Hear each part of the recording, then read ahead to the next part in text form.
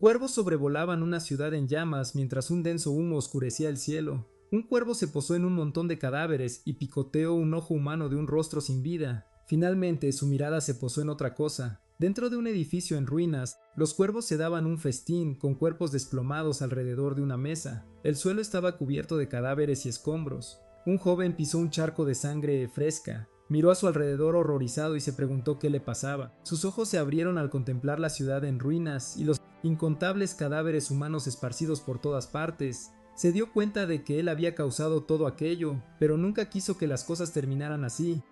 Su cuerpo temblaba mientras se preguntaba cómo todo había salido tan mal. De repente, una luz cegadora estalló a su alrededor. La luz se hizo cada vez más brillante, mientras su sombra se alargaba en una oscuridad retorcida. Entonces se despertó de golpe, se sentó erguido en la cama y suspiró. Era la misma pesadilla de siempre. Un anuncio resonó por las instalaciones. Informaba a todos que un instructor visitaba al SPER de nivel restringido número 1002, Ye Mingwan. Se le ordenó prepararse para un interrogatorio de inmediato. El instructor entró en la sala y notó que Mingwan estaba finalmente despierto. Explicó que los superiores siempre preferían eliminar amenazas potenciales antes de que se convirtieran en problemas, y esperaba que Mingwan pudiera entender su posición. Añadió que no todos en las instalaciones eran tan tolerantes como él. El instructor sonrió y le dijo que si podía entender rápidamente lo peligroso que era su superpoder y cooperar con sus investigaciones, la vida sería mucho más fácil para todos. Mingwan preguntó de qué superpoder estaba hablando. Los acusó de llevárselo del orfanato y encerrarlo en esta oscura instalación, mientras afirmaban constantemente que su habilidad era peligrosa. Exigió saber cuál era realmente su poder, porque él mismo no lo sabía. El instructor le aseguró que su evaluación no podía estar equivocada.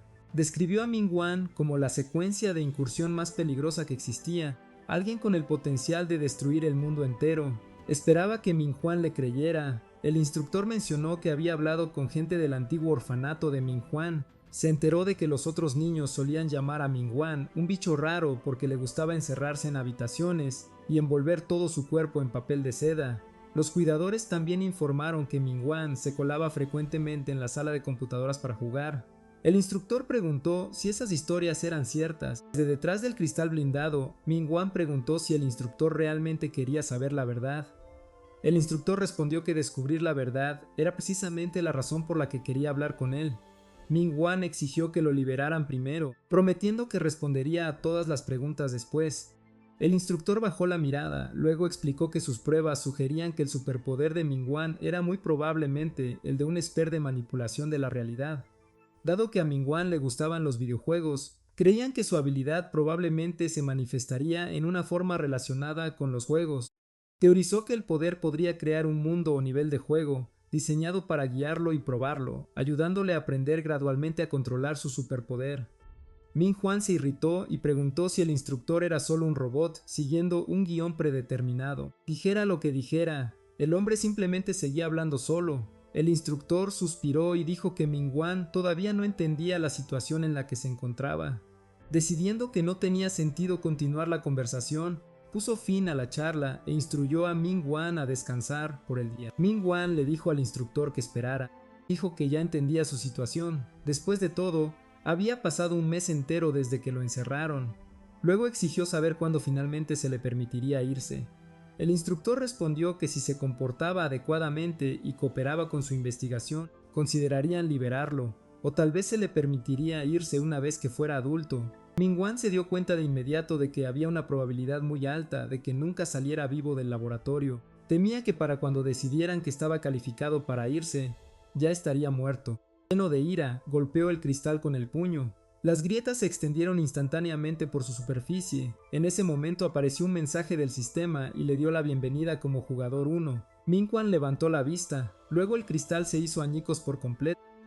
Se quedó helado de sorpresa. Al momento siguiente, se encontró de pie dentro de un extraño vacío digital. Miró a su alrededor y se preguntó dónde estaba. Entonces recordó lo que el instructor había dicho sobre su superpoder, que probablemente tomaría la forma de un juego. Mingwan se dio cuenta de inmediato de que este espacio era su superpoder. Apareció una notificación del sistema anunciando que el juego de División Infinita se había cargado correctamente. Comenzó la fase de creación de personajes. Corrientes de datos se reunieron rápidamente y formaron una interfaz masiva. El sistema explicó que los Espers eran una de las 3 razas superhumanas principales. Poseían poderes únicos fuertemente influenciados por su crianza y experiencias personales. El primer perfil cargado bajo el nombre de Gu Wenyu, un niño asiático de 11 años con atributos base de rango D en fuerza, velocidad y espíritu. El perfil lo describía como un estudiante de la escuela secundaria Laiying que vivía en la ciudad capital del país dragón. Un día de repente despertó la habilidad de generar y controlar correas de restricción de color negro azabache. El sistema explicó además que desde el momento en que sus poderes despertaron, te diste cuenta gradualmente de que los miembros de la familia con los que había vivido durante más de 10 años, todos parecían ocultar secretos desconocidos. El mundo digital cambió una vez más cuando apareció un segundo perfil.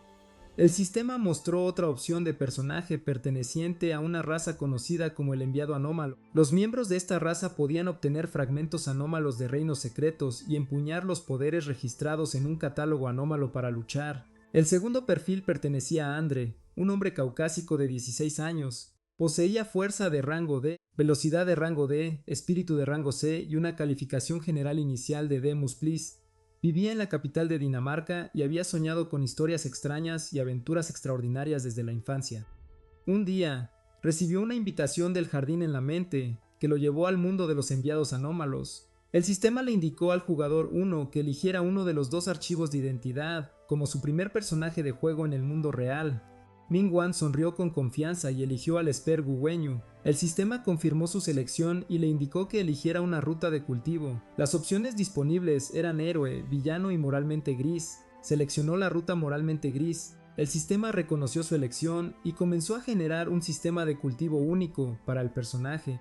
Luego comenzó a crear su personaje de juego número 1 en el mundo real, al mismo tiempo que hacía que la existencia del personaje pareciera completamente lógica. A medida que el proceso de creación continuaba, Ming-Wan recordó que originalmente provenía de un orfanato en Liyang. Se dio cuenta de que podía usar este personaje para investigar la organización responsable de capturarlo, y al elegir un camino moralmente gris, un personaje que deambulaba entre las fuerzas de la luz y la oscuridad obtendría aún más oportunidades para recopilar inteligencia valiosa. El sistema se preparó para desplegar el personaje en Liying, país dragón, e inició la cuenta regresiva final. Cuando la cuenta regresiva llegó a 1, la oscuridad lo devoró todo. Lentamente abrió los ojos e inmediatamente sintió el cálido sol en su piel. Sonó el timbre de la escuela, los estudiantes vitorearon cuando las vacaciones de verano comenzaron oficialmente. Ming-Wan miró a su alrededor confundido, luego corrió rápidamente hacia la ventana. En el momento en que miró afuera, se quedó helado. Se dio cuenta de que finalmente estaba viendo el mundo exterior de nuevo. La conmoción llenó su rostro. Realmente había escapado. De repente, alguien le echó un brazo por el hombro a Wenyu, sobresaltándolo. Era Li Qingping, el mejor amigo de Gu Wenyu. Qingping preguntó si quería ir a su casa más tarde. De repente apareció una notificación del sistema, advirtiendo que se estaban cargando los recuerdos de fondo del personaje jugador. Número 1, Gu Wenyu, le aconsejó que se preparara para una afluencia masiva de recuerdos. Wenyu gimió mientras innumerables recuerdos inundaban su mente, haciendo que Qingping saltara de sorpresa. El sistema continuó transfiriendo los recuerdos del personaje directamente a su cabeza. Qingping preguntó si estaba bien. Después de que terminó el proceso, el sistema confirmó que la carga de memoria se había completado. Wenyu aseguró a Qingping que estaba bien, explicó que solo le dolía la cabeza porque había dormido demasiado. Cogió su mochila y dijo que tenía algo importante que hacer hoy. Prometió visitar a Qingping más tarde cuando tuviera algo de tiempo libre. Wenyu se despidió y se alejó, dejando a Qingping completamente confundido. Qingping le recordó que las vacaciones de verano acababan de empezar y que tenían mucho tiempo. Qingping lo llamó y le preguntó a dónde iba. Wenyu subió las escaleras. Empujó la puerta de la azotea y tiró su mochila al suelo. Luego corrió por la azotea emocionado. Por fin aceptó que realmente había escapado y que todo a su alrededor era real. Mirando la ciudad abajo, se dio cuenta de que realmente estaba de vuelta en Liyang. Se maravilló del hecho de que había confiado en su propio superpoder para regresar aquí. Mientras miraba el horizonte de la ciudad, se preguntó si este fenómeno contaba como posesión o creación. Había insertado una persona completamente nueva en la historia del mundo. Pensando en el efecto mariposa, entendió que incluso el cambio más pequeño podría eventualmente desencadenar enormes consecuencias en todo el mundo. Al final concluyó que la idea de lavar el cerebro de todo el planeta a través de su habilidad era probablemente un poco demasiado ridícula. Wenyu se rió para sí mismo, se dio cuenta de que si alguien descubría la verdadera naturaleza de su poder, su cuerpo original, nunca sería permitido salir del laboratorio de nuevo. Usando los recuerdos que acababan de cargarse en su mente, comenzó a comprender la naturaleza exacta del superpoder de este cuerpo. Caminó hacia el borde de la azotea, luego sin dudarlo, saltó. Una niebla negra brotó de sus brazos, se concentró y activó las correas de restricción negras. La energía negra envolvió su cuerpo y lo levantó en el aire. Wenyu se estabilizó y observó cuán naturalmente respondían las correas sombrías a sus movimientos. Con un movimiento de muñeca reunió la energía oscura en sus manos y probó su control. Luego saltó hacia adelante y se lanzó hacia el horizonte de la ciudad. Un azarcillo se disparó hacia abajo y se aferró a un edificio cercano. Usando el impulso, se balanceó sin esfuerzo entre los rascacielos. La gente en las calles notó algo moviéndose muy por encima de ellos. Algunos se preguntaron si era un ovni, otros lo descartaron, afirmando que probablemente solo estaban viendo cosas. Wenyu no pudo evitar disfrutar de la sensación. Aunque la habilidad se llamaba correas de restricción negro azabache, se sentía más como una combinación de Spider-Man y Venom. Usó la energía oscura para correr por los tejados a una velocidad increíble. Finalmente llegó al orfanato Laiying. Después de confirmar que el edificio seguía en pie exactamente donde lo recordaba, recordó todas esas noches pasadas mirando por la ventana del ático a la ciudad más allá, soñando con el mundo exterior. En aquel entonces nunca había salido de los terrenos del orfanato. Los recuerdos lo dejaron allí parado en silencio mientras miraba al suelo. Finalmente, se dio la vuelta y se fue. Más tarde, llegó al complejo residencial Lijin Guillamai. Era el hogar de su cuerpo actual. El concepto le resultaba completamente ajeno, ya que nunca había experimentado lo que era tener una familia. Según los recuerdos que recibió, el hogar estaba compuesto por sus padres, su hermano mayor, su hermana menor y él mismo como Gu Wenyu. Sin embargo, 5 años antes, su madre Su Jin había sido asesinada accidentalmente por Rainbow Wings, una organización de élite de individuos superpoderosos afiliados a las Naciones Unidas. Después de que apelaciones repetidas no condujeran a nada, su padre Gu Suaming cayó gradualmente en la desesperación y no había regresado a casa en los últimos 2 años. Wenyu se dio cuenta de que, dado que su padre estaba ausente, los únicos miembros de la familia con los que necesitaba lidiar eran su hermano mayor Gu Kie y su hermana menor Susimae. De repente algo llamó su atención. Se detuvo frente a una puerta. Un panel del sistema brillante apareció sobre el pomo de la puerta. Al tocar el icono en forma de engranaje, una interfaz luminosa se materializó ante él. La pantalla se expandió en un diseño de sistema completo que contenía un panel de atributos, un panel de misiones, una lista de misiones no aceptadas, un sistema de cultivo exclusivo del personaje y un sistema de árbol de habilidades. Rápidamente se dio cuenta de que era el menú de configuración. La sección de misiones captó inmediatamente su interés. Antes de que pudiera inspeccionarla más a fondo, el pomo de la puerta hizo clic y la puerta se abrió. Una voz lo saludó y comentó que lo habían estado esperando durante mucho tiempo. En ese preciso momento, 3 misiones principales aparecieron en su panel del sistema. Los objetivos le indicaban que descubriera los secretos que ocultaban su mejor amigo Li Qingping, su padre Gu Suaming y su hermana menor Su Semai. Una voz lo sacó bruscamente de sus pensamientos y le preguntó por qué estaba parado allí como un idiota. Luego apareció otra misión principal. La cuarta misión le ordenó descubrir qué ocultaba su hermano mayor, Gu Kie. De pie en el umbral, Gu Kie sostenía un cuchillo ensangrentado en una mano. Luego le dijo a Wenyu que dejara de perder el tiempo y se diera prisa para entrar. Kie comentó que Wenyu había regresado temprano. Le dio la bienvenida a casa y mencionó que la cena ya estaba preparada. Wenyu notó el cuchillo manchado de sangre aún en la mano de Kie y se preguntó si realmente solo había estado cocinando. Al acercarse a la mesa del comedor, Wenyu pensó que la comida se veía sorprendentemente deliciosa. Kie luego preguntó si su hermana menor no había venido a casa con él. Wenyu respondió que se quedaría a pasar la noche en casa de una compañera de clase y le dijo que no se preocupara. Aunque la respuesta provino directamente de los recuerdos de Gu Wenyu, todavía no tenía idea de qué secreto estaba ocultando realmente Susimai. Kie se excusó para descansar y dejó a Wenyu solo en la mesa. Mientras Wenyu cenaba, apareció de repente una notificación del sistema informándole sobre el progreso actual de desarrollo de cada rama de habilidades. Inmediatamente abrió el árbol de habilidades. La primera rama, oculta, otorgó a sus correas de sujeción, visión y oído. Al fijar una correa de sujeción a la superficie de una barrera, como una pared, podía ver y oír claramente todo lo que ocurría al otro lado. La segunda rama, Locura, aumentó el rango máximo de sus correas de sujeción de 8 metros a 15 metros. La tercera rama, Despiadado, le permitió leer los atributos y habilidades de objetivos humanoides a través del contacto físico. Dado que actualmente poseía solo un punto de habilidad, decidió que la primera opción era la más útil. La capacidad de espiar, rastrear e investigar en secreto se ajustaba perfectamente a su situación actual. Sus pensamientos fueron interrumpidos repentinamente por un reportaje de última hora en televisión. La transmisión informó que un código anómalo llamado Blue Ark había detenido recientemente un crimen de superpoderes en el edificio High Inway, en el centro de la ciudad. El perpetrador, un criminal buscado conocido como Giant Proof, había sido aprehendido con éxito y transferido a la Asociación Anómala. Al observar atentamente el reportaje, recordó que los anómalos eran el nombre común para los individuos superpoderosos afiliados a organizaciones oficiales. La mayoría de ellos trabajaban bajo la Asociación Anómala local. También reconoció que Blue Ark era uno de los anómalos más destacados de Lijiang. Esa realización le hizo preguntarse si la organización que había encarcelado su cuerpo original era en realidad la Asociación Anómala.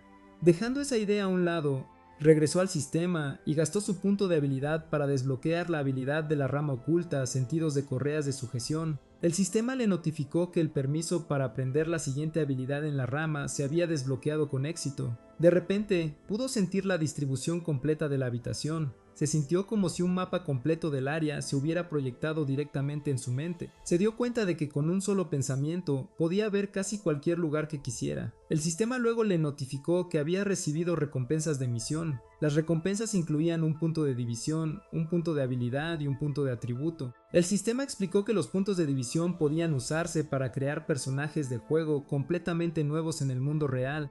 Los puntos de habilidad se usaban para desarrollar el árbol de habilidades de un personaje, mientras que los puntos de atributo podían invertirse en el panel de personaje para mejorar las estadísticas base.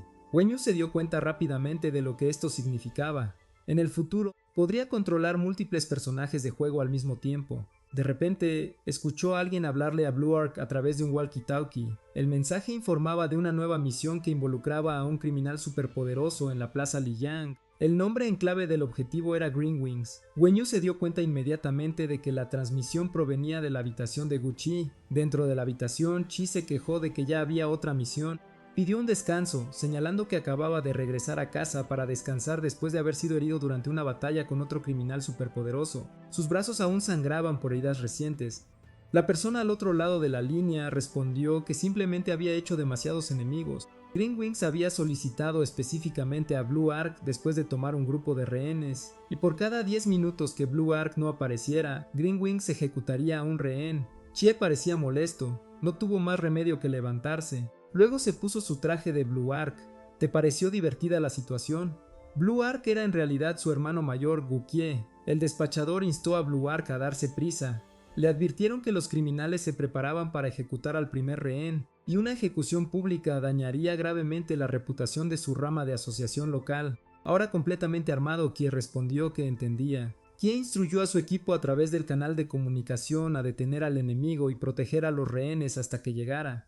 Luego se apresuró por la ciudad a una velocidad increíble. Wenyu quedó impresionado de que Kie pudiera moverse tan rápido a pesar de sus heridas. Una notificación del sistema apareció de repente confirmando que la misión principal 1 se había completado después de que descubriera el secreto de Gucci. Inmediatamente después, apareció una nueva misión principal. El sistema le instruyó a establecer una relación de cooperación con Blue Ark y construir conexiones dentro de la Asociación Anómala. Wenyu se quejó de que el sistema lo estaba forzando a una situación increíblemente problemática. A las 10:20 p.m., las fuerzas policiales habían rodeado completamente la Plaza Legión en el centro de la ciudad. Todos esperaban ansiosamente la llegada de Blue Ark. Un reportero proporcionó una actualización en vivo, explicando que Green Wings se estaba volviendo cada vez más agitado, lo que ponía a los rehenes en una posición peligrosa. Las autoridades no tenían idea de si Blue Ark llegaría a tiempo. Dentro del edificio ocupado, un niño asustado se aferraba fuertemente a su madre. Criminales armados rodeaban a los rehenes. Mientras tanto, el monstruoso villano conocido como Green Wings flotaba en el cielo y exigía en voz alta que Blue Ark se rebelara. Amenazó con ejecutar al primer rehén si el héroe no aparecía en 10 segundos. Luego comenzó la cuenta regresiva. 10, 9, 8. Su voz resonó por toda la plaza, pero nadie respondió. Cuando la cuenta regresiva llegó a 2, una figura apareció de repente ante él. Blue Ark había llegado. Greenwing sonrió y dio la bienvenida burlonamente al héroe adorado de Legion City. Blue Ark exigió inmediatamente saber qué quería. Greenwings propuso un intercambio. Si Blue Ark se rendía y venía con él inmediatamente, liberaría a todos los rehenes. Blue Ark rechazó la oferta sin dudarlo. Declaró que salvaría a los rehenes primero y arrestaría a Greenwings después. Greenwings se rió. Luego reveló que ya se habían colocado bombas en los rehenes. Sabiendo que Blue Ark era más rápido que sus subordinados, se había preparado para exactamente esta situación. Explicó además que cómplices escondidos entre la multitud portaban detonadores. En el momento en que Blue Ark hiciera un movimiento, activarían los explosivos y matarían a todos. Greenwings se burló de él diciendo que unos pocos rehenes muertos no deberían significar nada para un héroe como él. Blue Ark apretó los puños con frustración. Su cuerpo todavía estaba herido por una batalla anterior. En circunstancias normales, habría estado seguro de desactivar las bombas antes de que los cómplices pudieran reaccionar, pero en su condición actual no podía garantizarlo. Uno de los rehenes le suplicó a Blue Ark que no se rindiera.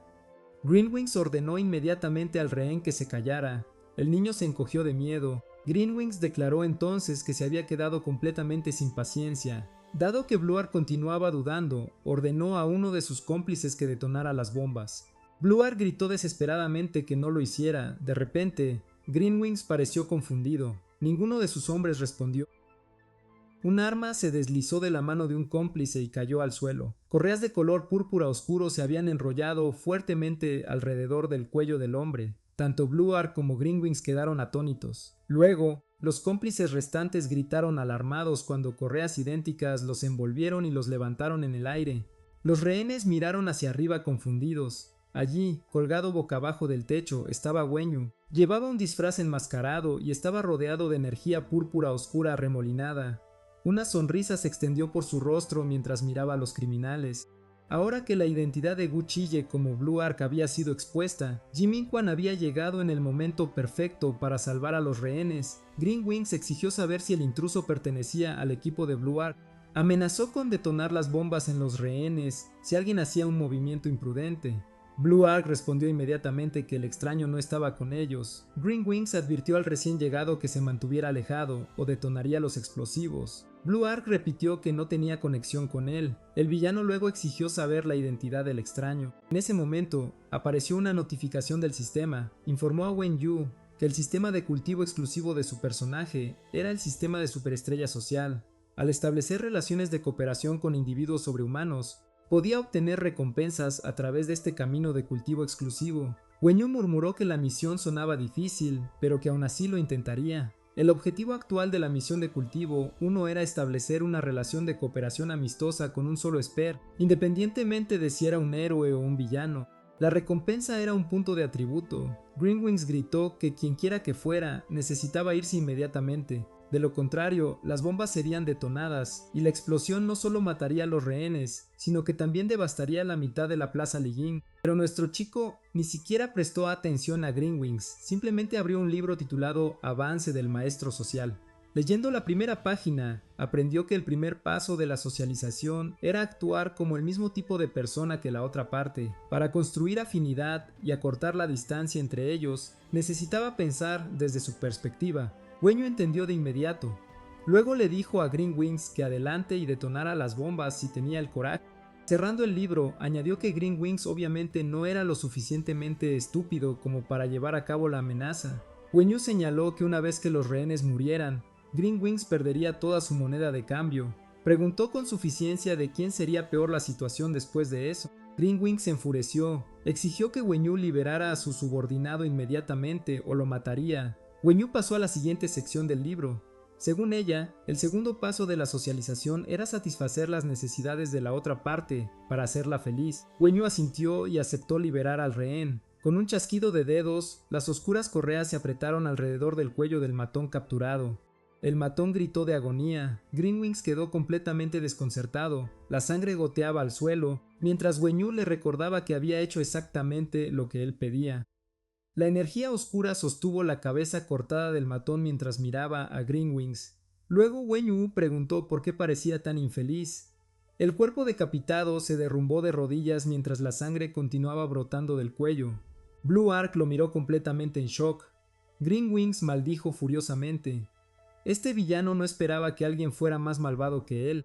Cuando de repente te das cuenta de que podrías haber hecho algo mal, después de un momento de reflexión, decidió abandonar el consejo del libro. Los villanos eran simplemente demasiado difíciles de tratar. Concluyó que socializar con gente justa probablemente sería mucho más fácil. La energía oscura se extendió repentinamente por toda la habitación. Los rehenes la observaron nerviosamente. Una mujer que abrazaba a su hijo entró en pánico cuando las cabezas cortadas de los subordinados de Greenwing rodaron por el suelo frente a ella. Wenyu señaló que esos hombres les habían estado apuntando con armas hace solo unos momentos y preguntó si sentían resentimiento hacia ellos. Luego anunció que ahora era su turno. Dado que las tornas habían cambiado, Wenyu creía que todo era perfectamente justo. En su opinión, esto definitivamente lo hacía parecer un aliado de la justicia, pero la mujer inmediatamente se derrumbó y gritó. Apareció de repente una advertencia del sistema. Informó a Wenyu que su tasa de cambio de ancla de juego de rol había aumentado del 0% al 30%. La advertencia explicó que superar el 70% conllevaba la posibilidad de entrar en un estado de furia. Una pista de escenario también le recordó que su personaje estaba designado como moralmente gris. Si quería ganarse la confianza de personajes justos, sus métodos debían ser mucho más pacíficos. Al darte cuenta de que socializar era mucho más difícil de lo que esperaba, se preguntó qué debía hacer a continuación. Luego se le ocurrió una idea. Para arreglar la situación, decidió usar sus correas para volver a unir las cabezas cortadas del criminal. La energía oscura envolvió inmediatamente los cadáveres. Sus cabezas cortadas fueron devueltas a su lugar y reensambladas a sus cuerpos. Wenyu asintió con satisfacción. Ahora parecía como si sus cabezas nunca hubieran sido removidas. Wenyu estaba complacido con el resultado, pero los civiles rescatados estaban horrorizados por la espantosa escena. Apareció otra notificación del sistema. Advirtió que la tasa de cambio de ancla de juego de rol había aumentado del 30% al 40%. El sistema le recordó una vez más que superar el 70% conllevaba la posibilidad de entrar en un estado de furia. Intentando calmar al niño asustado, Wenyu explicó con confianza que todo lo que acababan de ver era simplemente un efecto especial holográfico. Les aseguró que las cabezas en realidad todavía estaban unidas a los cuerpos. Luego incluso animó al niño a mirar más de cerca si no le creía. Desafortunadamente, en ese preciso momento, una de las correas se aflojó. La cabeza cortada se cayó inmediatamente. La sangre salpicó por todas partes frente al niño. El niño miró fijamente por un momento, luego estalló en llanto. A Wenyu le empezó a doler la cabeza. Apareció otra advertencia del sistema. Su tasa de cambio como ancla de rol había aumentado de nuevo, del 40 al 42%. Wenyu insistió en que todo había sido un accidente. En el fondo, admitió que socializar era mucho más estresante de lo que esperaba. Levantó la mano una vez más, decidido a arreglar la situación correctamente esta vez. Antes de que pudiera hacer nada, Blue Ark le agarró la muñeca y le dijo que ya era suficiente. Luego le preguntó quién era Wenyu en realidad. Wenyu respondió que era un personaje moralmente gris, ni un héroe ni un villano, y que prefería no ser etiquetado. Aún así, le dijo a Blue Ark que confiara en él, afirmando que se convertirían en muy buenos amigos en el futuro. Blue Ark señaló que había matado a los matones. Wenyu preguntó si hubiera preferido que los rehenes murieran en su lugar. Blue Ark respondió firmemente que matar seguía siendo matar y que Wenyu tendría que enfrentarse a la ley por ello. Wenyu encontró la respuesta aburrida y supuso que solo lo decía porque las cámaras seguían aguando. Sugirió que hablaran en privado. Wenyu condensó su energía en una pequeña esfera y se la lanzó a Blue Ark. Blue Ark la atrapó. Wenyu preguntó si estaba dispuesto a reunirse. Se echó hacia atrás y mientras caía, le dijo a Blue Ark que si se volvían a ver o no, era enteramente su elección. Blue Ark simplemente lo vio irse. Miró la esfera de color púrpura oscuro que descansaba en su mano. La energía oscura se transformó en una flecha y apuntó hacia una ubicación distante. Greenwing se irritó al ser tratado como si no existiera. Blue Ark le aconsejó que se rindiera pacíficamente, especialmente porque sus 5 cómplices que se escondían en la azotea ya habían sido abatidos por sus compañeros de equipo y sus detonadores estaban asegurados. Añadió que toda el área estaba rodeada por miembros de la Asociación Anómala y que escapar ya no era posible. Greenwing sacó a relucir a los rehenes y argumentó que todavía tenía influencia. Poco sabía él, ya estaba rodeado. Blue Ark le dijo que mirara más de cerca. Greenwing se quedó atónito al darse cuenta de que el área ya estaba vacía. Esa comprensión le hizo maldecir en voz alta. Fin del juego. Un minuto después, un rayo azul surcó las calles. Blue Ark corrió tras alguien a una velocidad increíble. De repente se detuvo y dijo, «Sal». apareció un remolino de energía oscura y una voz comentó que sabía que Blue Ark lo seguiría. Wenyu emergió boca abajo de la oscuridad. Blue Ark exigió saber su pasado. Wenyu respondió que actualmente no tenía ni nombre en clave ni nombre propio, aunque estaba seguro de que pronto recibiría uno. Añadió que esto era parte del encanto de ser una figura pública, ya que la gente siempre crearía varios alias por amor o por miedo. Luego le preguntó a Blue Ark si tenía curiosidad por lo que estaba leyendo. Reveló un viejo artículo de periódico sobre un trágico accidente de 5 años antes, donde una madre había sido accidentalmente asesinada por la Asociación Anómala. Explicó que el padre afligido había demandado repetidamente al gobierno sin éxito, y nunca había sabido qué anómalo era el responsable porque el culpable pertenecía a Rainbow Wings, una organización cuyas identidades de miembros se mantenían estrictamente ocultas al público. Luego se dirigió a Blue Ark por su nombre real, Gukie. Wenyu reveló que Kie solo tenía 13 años cuando vio morir a su madre ante sus ojos. Kie se mostró visiblemente afectado. Wenyu expresó su simpatía por Kie, que había crecido sin el amor de una madre. Concluyó que desde ese día, Chie había albergado un profundo odio hacia los anómalos que abusaban de su poder mientras afirmaban defender la justicia. Continuó explicando que este doloroso pasado era la razón por la que Chie se convirtió en un anómalo. Afirmó que Chie quería ganar suficiente prestigio y recomendaciones dentro de la Asociación Anómala para eventualmente ingresar a las filas internas de la Organización de las Naciones Unidas, conocida como Rainbow Wings. Su objetivo final era encontrar al anómalo que le había arrebatado la vida a su madre. Chie desestimó todo como una completa tontería, aunque sus puños se apretaron inconscientemente. Cuando propusiste una asociación, prometiste ayudar a Chie a unirse a Rainbow Wings y ayudarle a encontrar al responsable de la muerte de su madre. Añadió que juntos podrían llevar a cabo un magnífico acto de venganza. Cuando afirmaste que a cambio solo necesitabas la ayuda de Chie con un pequeño asunto, Chie exigió saber cuál era ese asunto. En lugar de responder, cuando le aconsejaste que era mejor dejarlo en secreto por ahora, advirtiéndole que enterarse podría traerle un desastre fatal, añadió que estaría muy activo por toda la ciudad y le pidió a Chie que lo cuidara a partir de ahora. Chie le dijo que esperara y exigió saber cómo había aprendido su identidad. Wenyu simplemente respondió que era muy simple. Afirmó que podía ver el verdadero rostro oculto bajo cada máscara. Chie encontró la afirmación absurda. Furioso, desató su poder y exigió saber si Wenyu creía seriamente que no podía derribarlo. Wenyu se alarmó inmediatamente. Blue Ark lanzó repentinamente un ataque sorpresa a Wenyu con un poderoso golpe. La colisión desató una masiva explosión de energía. Wenyu saltó hacia atrás y le dijo a Blue Ark que dejara de hacerse el duro.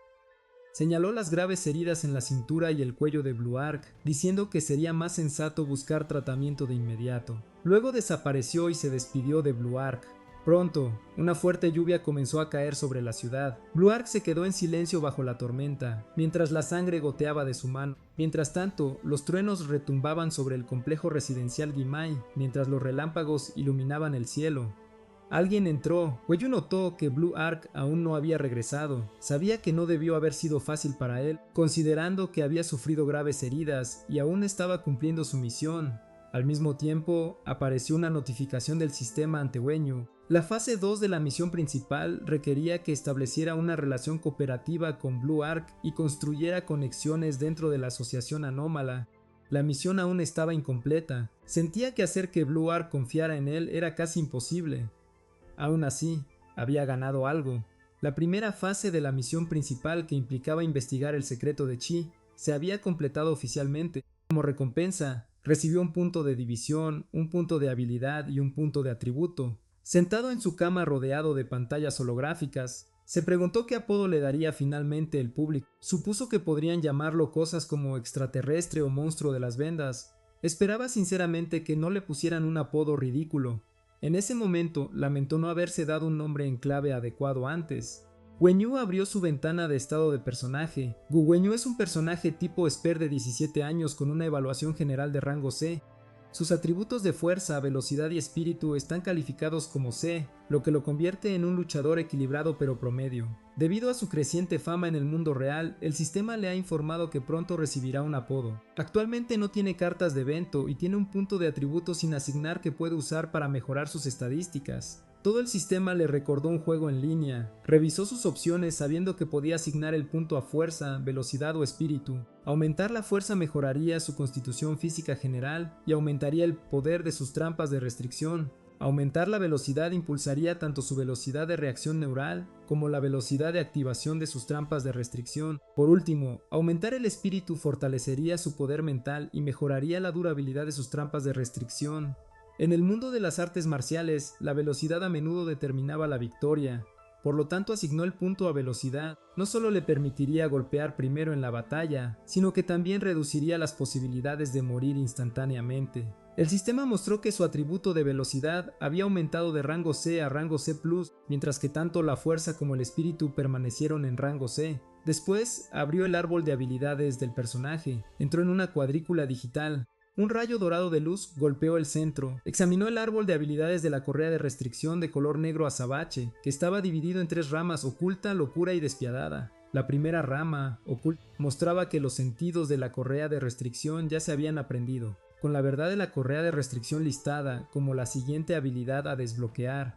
La segunda rama, locura, conducía a una habilidad conocida como extensión de la correa de restricción, mientras que la tercera rama, despiadada, conducía a la detección de la correa de restricción. Las habilidades posteriores en cada rama solo se revelarían después de aprender las anteriores. Correa de restricción. La verdad podía obligar a otros a decir la verdad, funcionando de manera muy similar a un detector de mentiras. Mientras tanto, la detección de la correa de restricción le permitiría obtener información sobre las habilidades de un oponente, simplemente tocándolos con sus correas de restricción.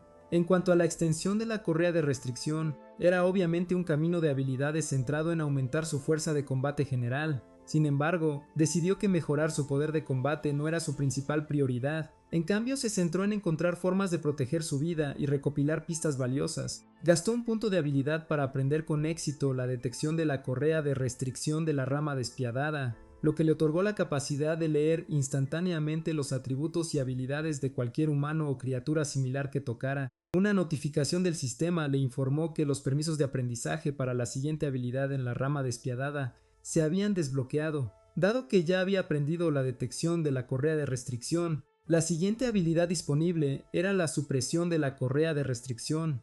Según la descripción, después de usar las correas de restricción para atar a una entidad anómala, podía suprimir temporalmente las habilidades sobrenaturales del objetivo. Pensó que la habilidad sonaba extremadamente útil. Sin embargo, no estaba seguro del grado exacto de restricción requerido. Se preguntó si necesitaba atar todo el cuerpo de un enemigo, o si bastaba con hacer un nudo alrededor de su pantorrilla. Dado que había demasiadas posibilidades, decidió que una vez que aprendiera la habilidad, encontraría a alguien y probaría lentamente cada regla y limitación él mismo. Luego notó otra notificación.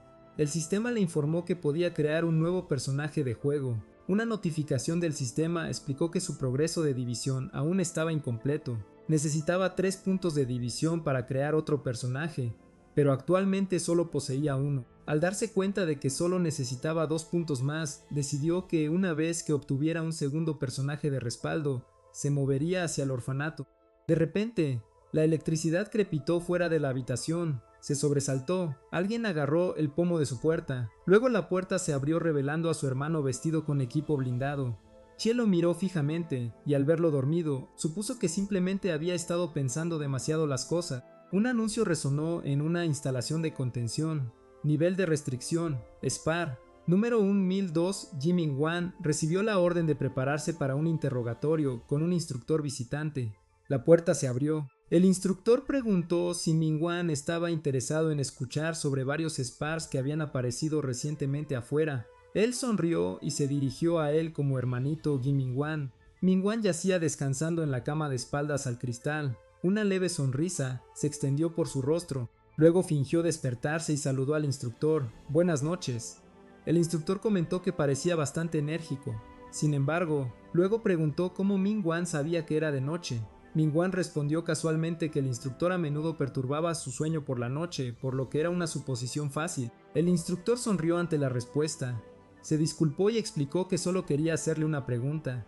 El instructor luego sacó una fotografía de Wenyu. Preguntó si la persona en la foto podría ser Min-Wan. El segundo personaje de Min-Wan ni siquiera se había creado todavía, pero el instructor ya había venido a buscarlo. Todavía no estaba claro si su habilidad se había expuesto. Ming-Huan miró la imagen, preguntó al instructor si realmente se parecía a ese bastardo feo, y exigió saber el nombre del Spar.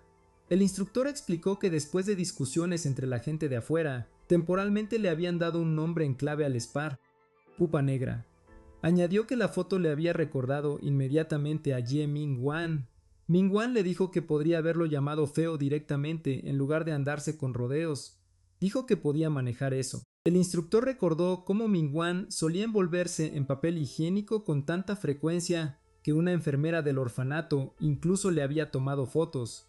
Ming-Wan lo desestimó como algo tonto que había hecho de niño. Todavía no podía entender por qué había sido arrestado y argumentó que después de un mes entero ya deberían saber que era solo una persona común. El instructor reveló que alguien había hecho una profecía, afirmando que destruiría el mundo. Ming-Wan se rió y preguntó si esa persona había estado viendo demasiadas películas taquilleras. Señaló que el mundo no era tan fácil de destruir, especialmente cuando ni siquiera podía hacerse daño a sí mismo sin que el collar lo dejara inconsciente. El instructor simplemente sonrió y se encogió de hombros. Ming-Wan luego exigió saber quién había difundido la profecía y pidió conocerlos cara a cara. El instructor admitió que tal reunión no podía organizarse. Ming-Wan preguntó por qué. El instructor explicó que en realidad nunca habían conocido a esa persona y no tenían idea de quién era.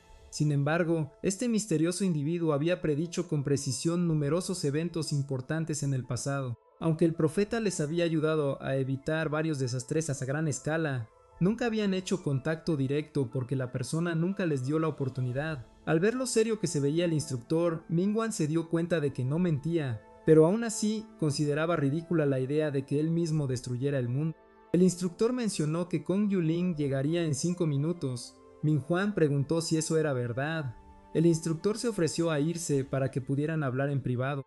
Ming-Wan se dio cuenta de que había pasado mucho tiempo desde la última vez que la vio. Pronto, apareció un portal digital en la pared. Una chica salió del portal. Él observó su llegada. Ming-Wan se quedó atónito. La había conocido hacía 3 años en el orfanato. En aquel entonces, las enfermeras dijeron que había llegado una nueva niña. Los rumores la describían como una mestiza de piel aterradoramente pálida, sorda y muda. Debido a su llegada, todos los niños se vieron obligados a aprender lenguaje de señas de antemano. Algunos niños la culparon por el trabajo extra y la despreciaron de inmediato. A Yuling le gustaba usar un vestido blanco de lino. Siempre llevaba un cuaderno de bocetos y un lápiz, lo que hacía que los demás niños la vieran como una rara. Más tarde, Ming-Wan supo que ella prefería escribir en su cuaderno, para que otros no tuvieran que aprender lenguaje de señas solo por ella. Nunca quiso ser una carga para nadie. Para él, era una chica sensata que odiaba molestar a los demás. Ming-Wan, sin embargo, era todo lo contrario. Era enérgico, causaba problemas constantemente y le encantaba correr por todas partes. Sentía que ambos eran vistos como forasteros. Hasta que una noche, mientras estaban sentados en la azotea, él le contó que la última vez que vio a sus padres, lo habían encerrado en un armario y le dijeron que esperara en silencio porque volverían pronto. En ese momento, él tontamente les creyó. Incluso después de llegar al orfanato, a veces se encerraba, todavía esperando que sus padres volvieran por él, pero nunca regresaron. Al crecer, se dio cuenta de que ya no los necesitaba, pero Yuling era diferente. Quería permanecer a su lado para siempre porque cuando estaba con ella, nunca tenía que ocultar su verdadero yo ni pretender ser alguien que no era. Ella se sentó tranquilamente a su lado con su cuaderno de bocetos. Ming-Wan se emocionó. De repente, le dio un golpecito en el hombro. Levantó su cuaderno de bocetos y le preguntó si podía confiar en él. Por primera vez en su vida, Ming-Wan sintió que alguien realmente lo necesitaba. Él sonrió. Juró que protegería a Yuling, porque había prometido que ella podía contar con él. En el fondo temía que ella lo abandonara como lo habían hecho sus padres, pero Yuling Inska escribió que nunca lo dejaría atrás. De vuelta en el presente, Ming-Wan se sintió aliviado de verla finalmente de nuevo. Felizmente le dijo que se alegraba de que estuviera a salvo. Ella le devolvió la sonrisa. Ming-Wan intentó decir algo más, pero su collar de repente liberó una violenta descarga eléctrica. Gritó de dolor mientras la descarga lo obligaba a arrodillarse. Yuling lo miró horrorizada. Él continuó gritando fuerte. Los dos amigos de la infancia finalmente se habían reunido, pero Ming-Wan de repente colapsó de agonía. Si fue un accidente o parte de una conspiración, seguía siendo desconocido. Una advertencia anunció que el contacto físico estaba prohibido, y que otra violación resultaría en una descarga. Yuling gritó cuando Ming-Wan recibió la descarga. Él rápidamente le aseguró que la electricidad no lo mataría. Explicó que ya se había acostumbrado a ser electrocutado después de activar el collar muchas veces antes.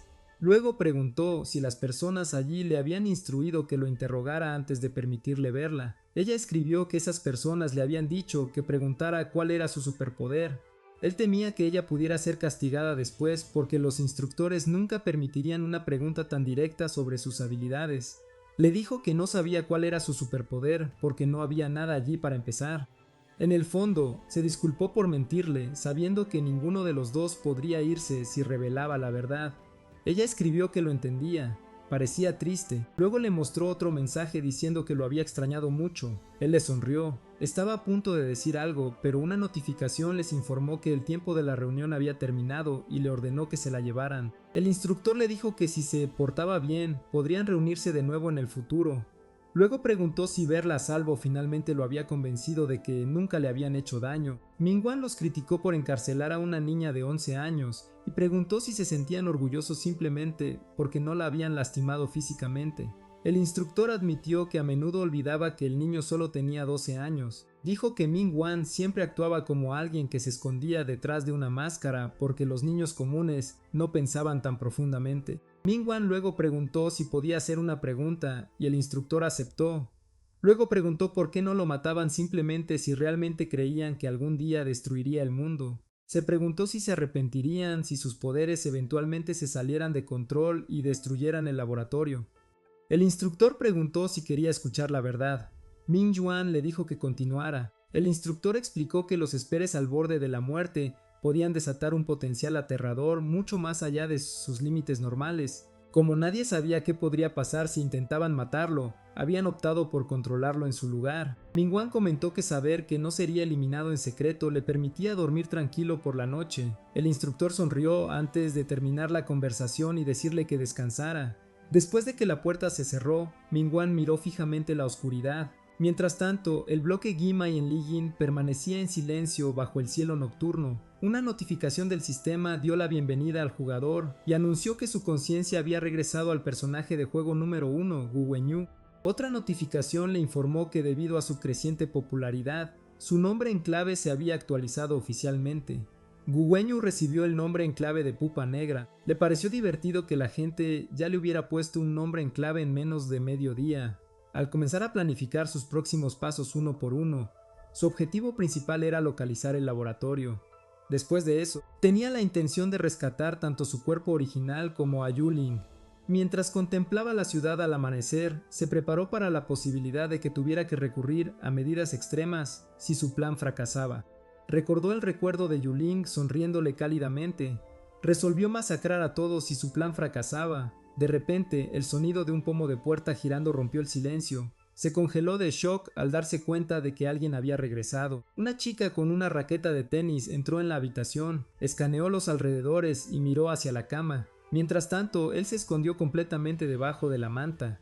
Afortunadamente, su reacción había sido lo suficientemente rápida. Esperaba no haber sido descubierto. Pasos se acercaron a su cama. La manta fue retirada de repente, revelando a Susie Mai parada sobre él con una raqueta de tenis levantada. Antes de que pudiera reaccionar, apareció una nueva misión principal. El sistema le instruyó que investigara qué estaba ocultando su hermana menor, Susie Mai. Susie Mai estaba sobre Wenyu mientras dormía, sosteniendo una raqueta de tenis levantada. Wenyu se sobresaltó. Rápidamente la detuvo y le preguntó qué intentaba hacer. Semai lo regañó por dormir hasta las 3 de la tarde y lo llamó perezoso. Wenyu recordó que Susumei era su hermana menor de 16 años y estudiante de primer año de secundaria.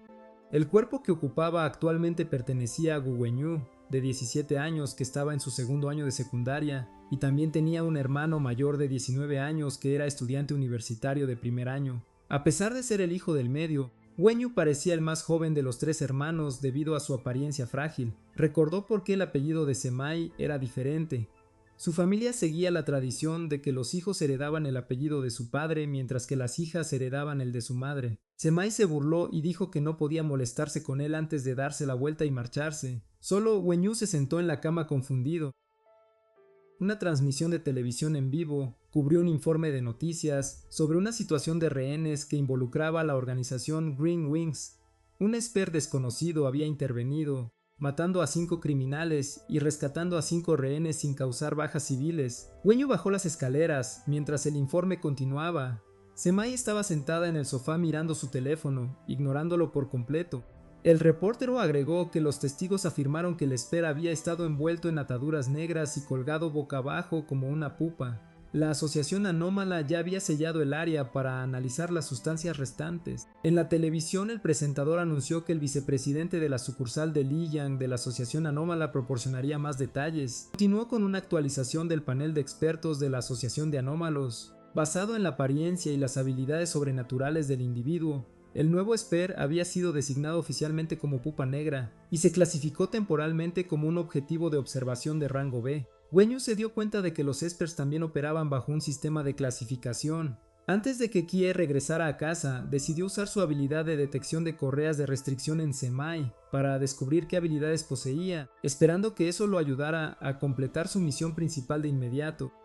El sistema explicó la mecánica de su habilidad recién aprendida, detección de correas de restricción. Al usar correas de restricción físicas para hacer contacto con un objetivo humano, el usuario podía ver instantáneamente un análisis detallado de los atributos y habilidades de esa persona. Wenyu liberó en secreto una correa de restricción oscura hacia Simae mientras ella estaba distraída por su teléfono. La energía oscura se deslizó silenciosamente detrás de ella, se acercó. Semai la sintió de inmediato. Wenyu se sobresaltó, le lanzó una mirada sospechosa. Wenyu torpemente le ofreció una lata de cola. Internamente, Semai se preguntó si la repentina sensación de peligro que había sentido era solo una ilusión. Wenyu notó que la misión principal 3 aún estaba incompleta. Se preguntó si era porque aún no había presenciado sus habilidades, o porque todavía no había identificado su verdadera identidad entre los cazadores de demonios. El panel del sistema finalmente reveló la información del objetivo. Semai fue identificada como una exorcisda de nivel 1 con el talento mano mágica, que estaba ligada al demonio de cera de hielo. Poseía fuerza de rango D, velocidad de rango C++, y una clasificación de raza sobrehumana de rango B. Wenyu recordó que el juego había mencionado previamente 3 razas sobrehumanas importantes. Ya que ya estaba familiarizado con los Espers y los enviados anómalos, se dio cuenta de que la raza final eran los exorcistas. En ese momento, Chie llegó a casa y comentó que era raro verlos juntos. Anunció alegremente que cocinaría la cena. Les dijo que esperaran hasta después de la cena antes de salir. Wenyu observó a Chie. A pesar de haber resultado gravemente herido la noche anterior, ahora parecía completamente bien. Wenyu supuso que o los Asperger se recuperaban extremadamente rápido, o la asociación anómala poseía una tecnología médica excepcional. Semai mencionó que su padre regresaría esa noche. Chie respondió fríamente que su padre podía volver si quería. Suspirando, Semai se preguntó si su hermano mayor y su padre empezarían a discutir de nuevo a pesar de no verse en 2 años.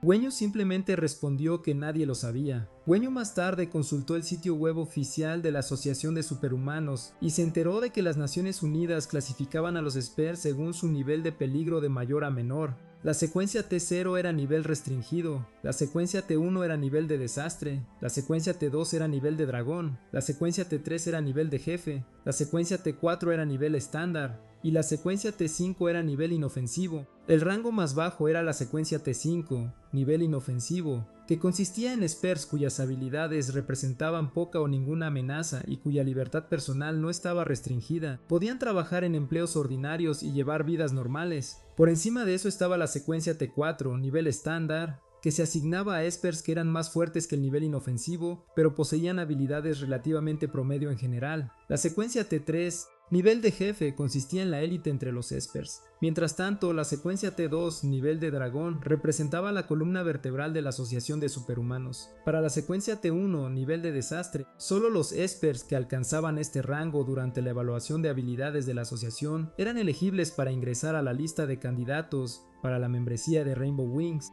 La clasificación más alta era la secuencia T0, nivel restringido. Según los registros oficiales, solo había aparecido un Esper de nivel restringido en la historia. Se confirmó que este individuo estaba muerto y toda la información relacionada permaneció estrictamente clasificada. Wenyu se preguntó si esos registros se referían a él. Sintió que su vida dentro del laboratorio no era diferente de estar muerto. Pero si la asociación realmente se refería a él, entonces el laboratorio que lo encarcelaba podría pertenecer a la propia asociación de superhumanos. Si esa suposición resultaba ser cierta, Entonces librar una guerra contra el laboratorio significaría oponerse directamente a las Naciones Unidas. En ese caso, los experts de nivel de desastre de Rainbow Wings sin duda serían movilizados para detenerlo. Reflexionó cuidadosamente sobre la situación. En lugar de luchar solo, consideró usar a esta familia como sus matones personales. Pensó que si utilizaba bien su identidad en esta familia falsa, guiarlos no sería difícil. Por la muerte de su madre, ya odiaban a las arcoíris. Se dio cuenta de que sería fácil unirlos bajo un objetivo común. Con sus conexiones y fuerza, podrían convertirse en una formidable fuerza de combate. Sus pensamientos se interrumpieron cuando Chie lo llamó. Chie preguntó si se había quedado en casa toda la noche.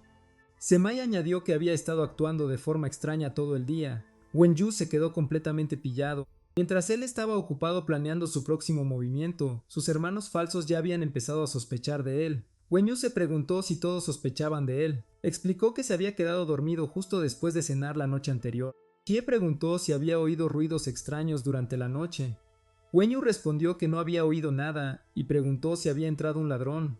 Chie desestimó el asunto y le dijo que se olvidara de él. En cuanto a la hermana de nuestro prota, Wenyu le preguntó a Zimae por qué no dejaba de mirarlo así. Ella señaló que hablaba más de lo normal y que normalmente se quedaba encerrado en su habitación. Él preguntó en broma si debía irse. Ella lo llamó cerdo por quedarse dormido inmediatamente después de cenar la noche anterior y dormir hasta la tarde, y añadió que en realidad era bueno que saliera y hablara más. Advirtió a Wenyu que no heredara el temperamento de su padre, ignorando por completo a su propia familia.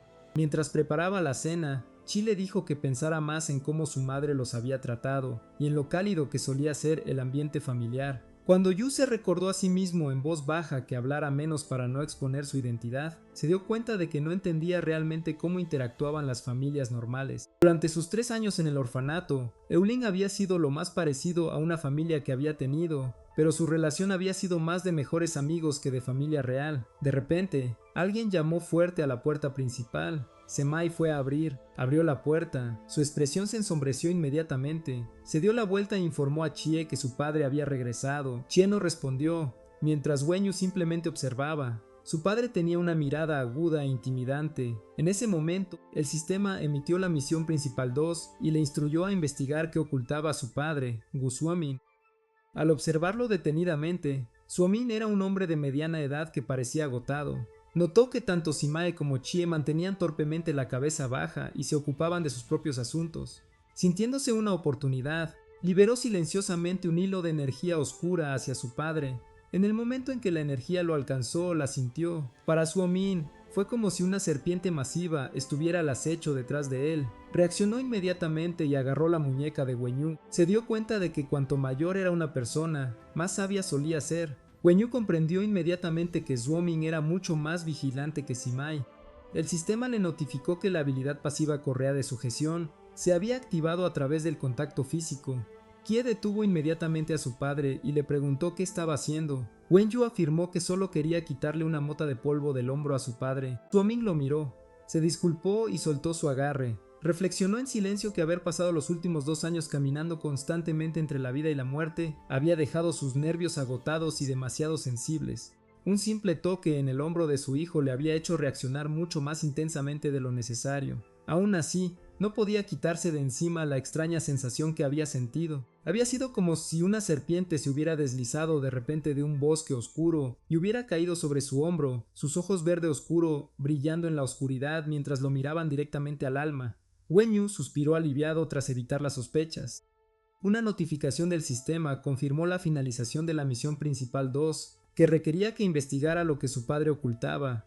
Como recompensa recibió un punto de división, un punto de habilidad y un punto de personaje. Sin embargo, la misión principal 2 se actualizó inmediatamente. Su próximo objetivo era establecer una relación de cooperación con el supercriminal Reloj Fantasma y expandir su red entre los Esper malvados. Wenyu se sorprendió al ver el nombre Reloj Fantasma. Se dio cuenta de que el supercriminal Reloj Fantasma era en realidad Songmin. Recordó el perfil de Reloj Fantasma de antes. El supercriminal poseía una fuerza de rango ++, una velocidad de rango y un espíritu de rango. La habilidad de reloj fantasma le permitía invocar una torre de reloj de 3 metros de altura y separar su sombra del suelo para que actuara como un clon con los 3 atributos. Sin embargo, la sombra no podía viajar demasiado lejos del cuerpo original. Cada 30 segundos, la manecilla de las horas de la torre del reloj apuntaría aleatoriamente a un número entre 1 y 12, otorgando diferentes mejoras de habilidad a la sombra de reloj fantasma dependiendo de la hora seleccionada. Cuando recordó que durante los últimos 2 años, Reloj Fantasma solo había atacado a Esper abusivos y nunca había dañado a civiles ordinarios, cada intento de la Asociación de Superhumanos por arrestarlo había terminado en fracaso. Reloj Fantasma a menudo dejaba una sola frase burlándose de ellos, diciendo que no eran lo suficientemente buenos y desafiándolos a enviar a alguien de alas arcoíris en su lugar. Todo cobró sentido para él. Ahora entendía por qué Reloj Fantasma estaba tan obsesionado con atraer a los miembros de Alas Arcoíris y por qué Suoming no había regresado a casa exactamente en 2 años. Suoming se había utilizado deliberadamente a sí mismo como cebo para atraer a los 2 miembros de Alas Arcoíris responsables de la muerte de su esposa para poder destrozarlos personalmente. Irónicamente, el enfoque de Kie se oponía directamente al plan de Suoming. Para encontrar al miembro de Alas Arcoíris responsable de la muerte accidental de su madre, Kie decidió unirse a la Asociación de Superhumanos. Tenía la intención de convertirse en un Esper poderoso para poder obtener una recomendación para el círculo interno de Alas Arcoíris y enfrentarse a su enemigo cara a cara. A pesar de compartir el mismo objetivo, padre e hijo estaban en lados opuestos. Estaban destinados a usar máscaras diferentes y un día a matarse como bestias atrapadas en una arena de gladiadores. Chie advirtió de repente a su padre que no trajera sus peligrosos hábitos de vuelta a casa. Señaló con enojo que Duoming había desaparecido por su cuenta durante 2 años, y sus constantes reacciones defensivas hacían imposible que la familia confiara en él. Tia añadió que su padre no había cambiado en absoluto desde que su madre murió. Acusó a Duoming de solo preocuparse por la persona que ya se había ido, ignorando por completo el dolor de sus propios hijos. Exigió saber si su padre alguna vez había considerado que ellos también sufrieron tanto por la muerte de su madre. Semai simplemente escuchó mientras Chie lo acusaba de hacer la vista gorda, mientras cada niño ocultaba sus propias emociones solo para hacerlos sentir mejor. Dijo que Suoming los trataba como si no existieran. Preguntó si su padre sabía cuántas veces Semai lloró después de que se fuera, y cuántas veces suplicó que su papá regresara. Suoming permaneció en silencio. Chie añadió que nunca debió haberle dicho que regresaría. Kie declaró amargamente que los vivos no significaban nada para él y que valoraba más a los miembros de la familia muertos. Le dijo burlonamente a Suoming que pasara el resto de su vida abrazando el ataúd de una persona muerta. Suoming le preguntó a Chie si ya había olvidado a su madre. Esto enfureció inmediatamente a Chie. Agarró a Suoming por el cuello y le dijo que se callara. Chie exigió saber qué sabía su padre sobre todo lo que había hecho. Y mientras tenían su confrontación, Semai ya estaba temblando. Ella no quería nada de eso. Wenyu chasqueó la lengua, les gritó que pararan. Kie se quedó atónito. Suoming simplemente se giró hacia Wenyu. Wenyu los miró fijamente. Nuestro chico los detuvo y reveló que Semai se había escapado de casa. Después de mirarlos fijamente, declaró que la traería de vuelta afuera, cerca de las vías del tren. Wenyu se sintió extremadamente incómodo lidiando con el absurdo drama familiar. Sacó su teléfono y decidió que era la oportunidad perfecta para avanzar con su próximo plan. De vuelta en su residencia, una cuenta anónima envió de repente un mensaje a Chie, preguntándole si creía sus palabras ahora y si sospechaba de su padre. Chie miró la pantalla antes de preguntar quiénes eran. Le preguntó a Black Pupa quién era realmente. Wenyu pensó que comunicarse bajo este nombre, en clave, dejaría una impresión más fuerte. Chie recordó cómo se veía a Black Pupa. Preguntó si no le preocupaba que alguien rastreara su dirección IP. Wenyu sintió que no había necesidad de preocuparse, ya que cualquier rastro solo lo llevaría directamente a su propia dirección de casa. Chie admitió que su padre había estado actuando de forma extraña últimamente, y preguntó qué ocultaba. Wenyu respondió que consideraría revelar la verdad una vez que su cooperación hubiera progresado más. Chie hizo una última pregunta. Preguntó directamente si Black Pupa era su padre. Wenyu casi se atraganta con su bebida al leer ese mensaje. Internamente, se quejó de que trataba a Kie como a un hermano mayor, pero Kie lo trataba como a un padre. Continuando, Chie preguntó qué quería realmente Black Pupa de él. La expresión de Wenyu se volvió seria mientras respondía que era un secreto. Añadió que si realmente tuviera la intención de ser un enemigo, podría haber expuesto la identidad de Blue Ark y convertido a sus hermanos menores en vulnerabilidades. Chie reconoció el punto. Aunque todavía no confiaba en Black Pupa, aceptó cooperar temporalmente para beneficio mutuo. Apareció una notificación del sistema, confirmando la finalización de la segunda fase de la misión principal 1, al recibir un punto de división, un punto de habilidad y un punto de atributo como recompensa. Celebró su éxito en voz alta. La misión principal se actualizó inmediatamente. Su próximo objetivo era profundizar la confianza de Blue Ark a través de su primera cooperación oficial. Una pista del sistema también le informó que había acumulado 3 puntos de división, lo que le permitía entrar en la fase de creación de personajes y crear su segundo personaje de juego en el mundo real. Semai apareció de repente y le preguntó por su éxito. ¿Cuándo te sobresaltaste? Él respondió que no era nada, y que su padre y su hermano mayor lo habían enviado a buscarla. Semai suspiró. Comentó que había cambiado mucho últimamente, mencionando que nunca lo había visto preocuparse tanto por otras personas antes. Luego le dijo que no iba a volver a casa. Explicó que iba a casa de una amiga en su lugar, y añadió que su amiga llegaría pronto a recogerla. Wenyu se burló de ella preguntándole si esa amiga era en realidad su novia. Molesta, Simae insistió en que su orientación sexual era completamente normal, incluso si las chicas le confesaban con frecuencia. Preguntó quién era la amiga. De repente, una mujer casualmente le puso un brazo sobre el hombro a Wenyu. Se presentó como la profesora de Semayi. Esto sobresaltó a Wenyu. La mujer se disculpó por asustarlo. Semayi los presentó a ambos. Luego le pidió a su profesora que no tratara a Wenyu como a un extraño. Él la saludó vacilante, preguntándose si era una profesora en el campo de los exorcistas. La mujer se presentó como Kechi-yun, le tendió la mano y mencionó que a menudo oía a Simae hablar de él. En el momento en que sus manos se tocaron, las habilidades pasivas de Wenyu, detección de correa de sujeción y sentidos de correa de sujeción, se activaron automáticamente. El sistema reveló su información. Era una exorcista femenina de nivel 2 con fuerza de rango B, velocidad de rango B++ y espíritu de rango A. También identificó su unidad celestial como el monóculo retro de rango SS, actualmente vinculado a un demonio de tren y un demonio de película. Wenyu concluyó que probablemente era una combatiente de nivel medio alto entre los exorcistas, aunque todavía no entendía que era realmente una unidad celestial. Pensó que tenía sentido que Simae se refiriera a ella como profesora, pero aún así le pareció un poco decepcionante. Kion todavía estaba muy lejos de ser tan poderosa como los dos monstruos de nivel desastre dentro de su propia familia.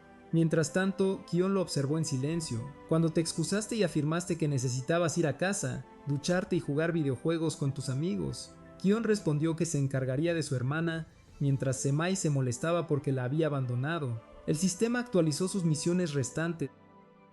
La misión principal 1, fase 3, requería que profundizara la confianza de Blue Ark en él. La misión principal 2, fase 2, requería que estableciera una relación de cooperación con Reloj Fantasma y expandiera su red entre los Esper malvados. Mientras Wenyu se alejaba, notó que aunque había completado las primeras fases de sus 2 primeras misiones, no había logrado terminar de investigar la identidad de su hermana.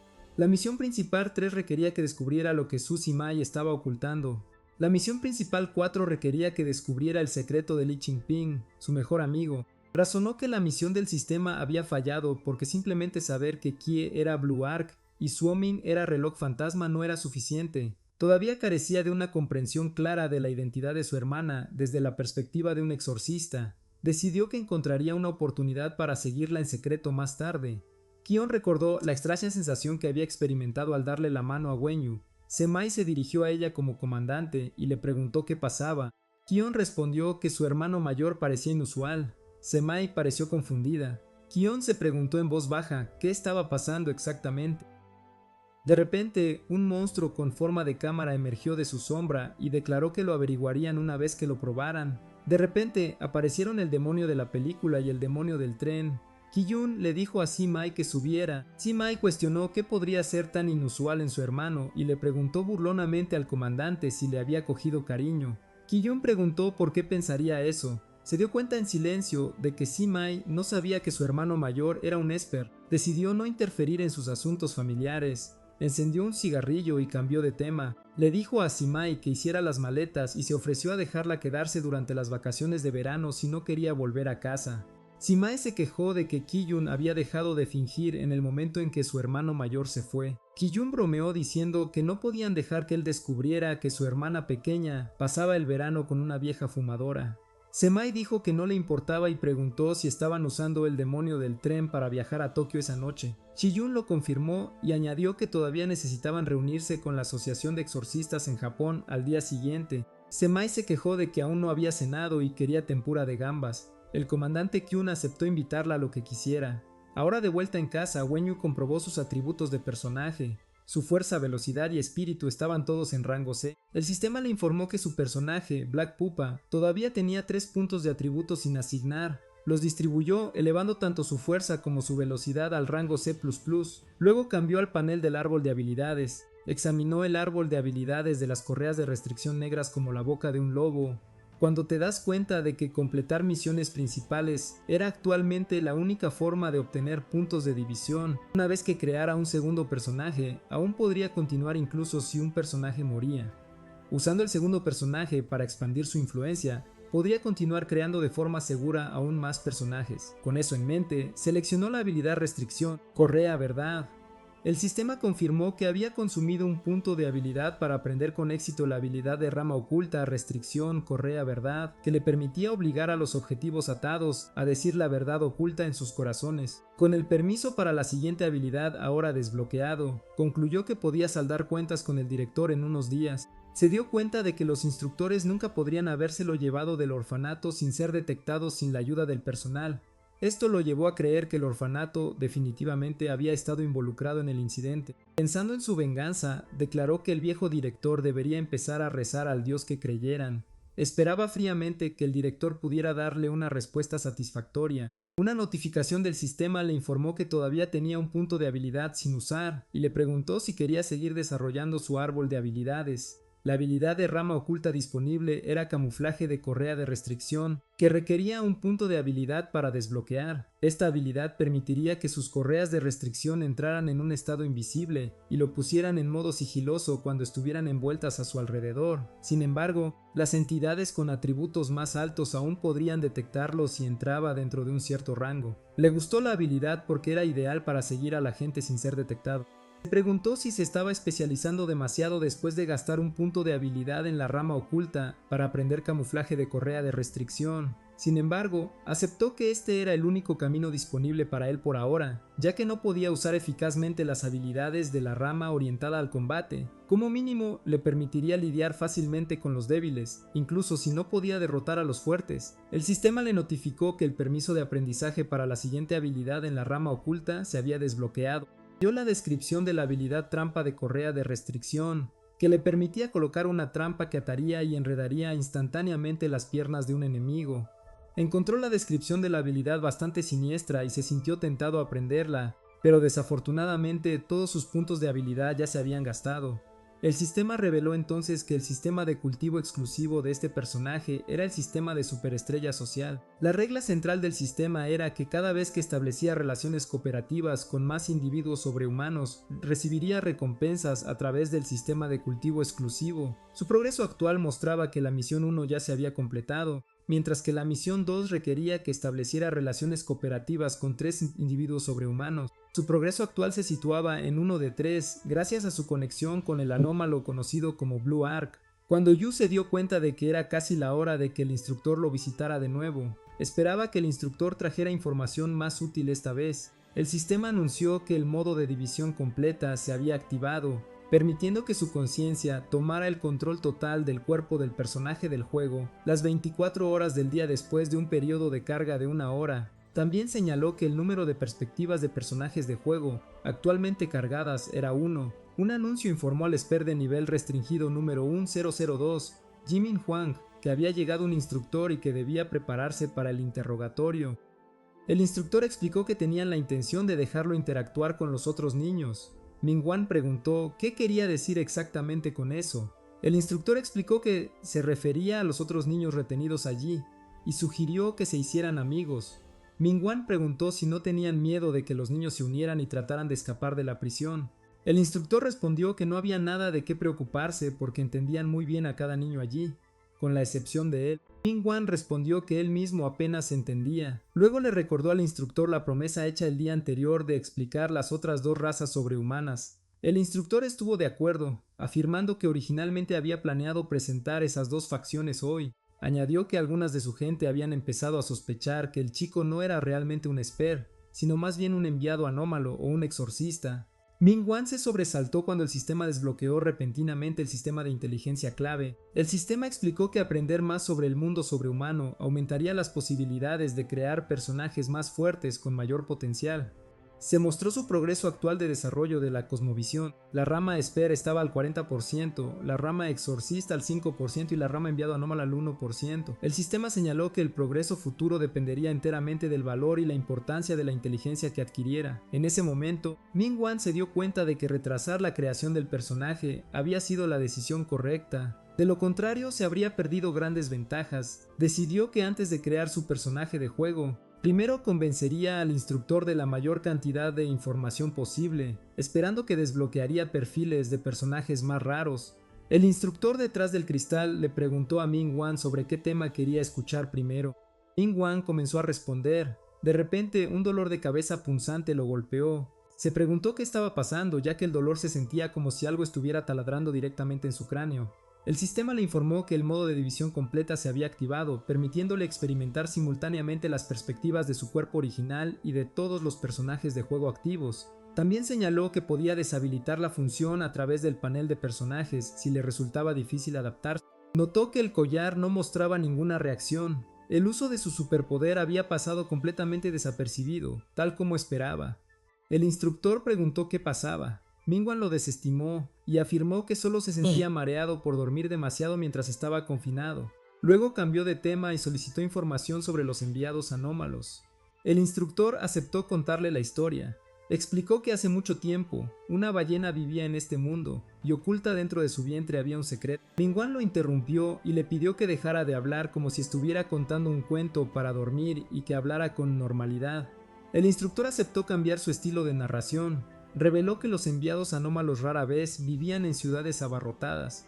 En cambio, residían dentro de un vasto mundo oculto en el vientre de una ballena gigante conocida como Chikaseno. Por la apariencia de la ballena sola, nadie adivinaría cuán enorme era el mundo dentro de su cuerpo. Este reino oculto se llamaba el Jardín Miniatura en la Ballena, un lugar que contenía ciudades marítimas y palacios reales donde vivía la familia real de los enviados anómalos. Ming-Wan interrumpió de nuevo y declaró que no le importaba dónde vivieran. Quería saber qué eran realmente los enviados anómalos y qué habilidades poseían. El instructor explicó que cada enviado anómalo despertaba al alcanzar una cierta edad.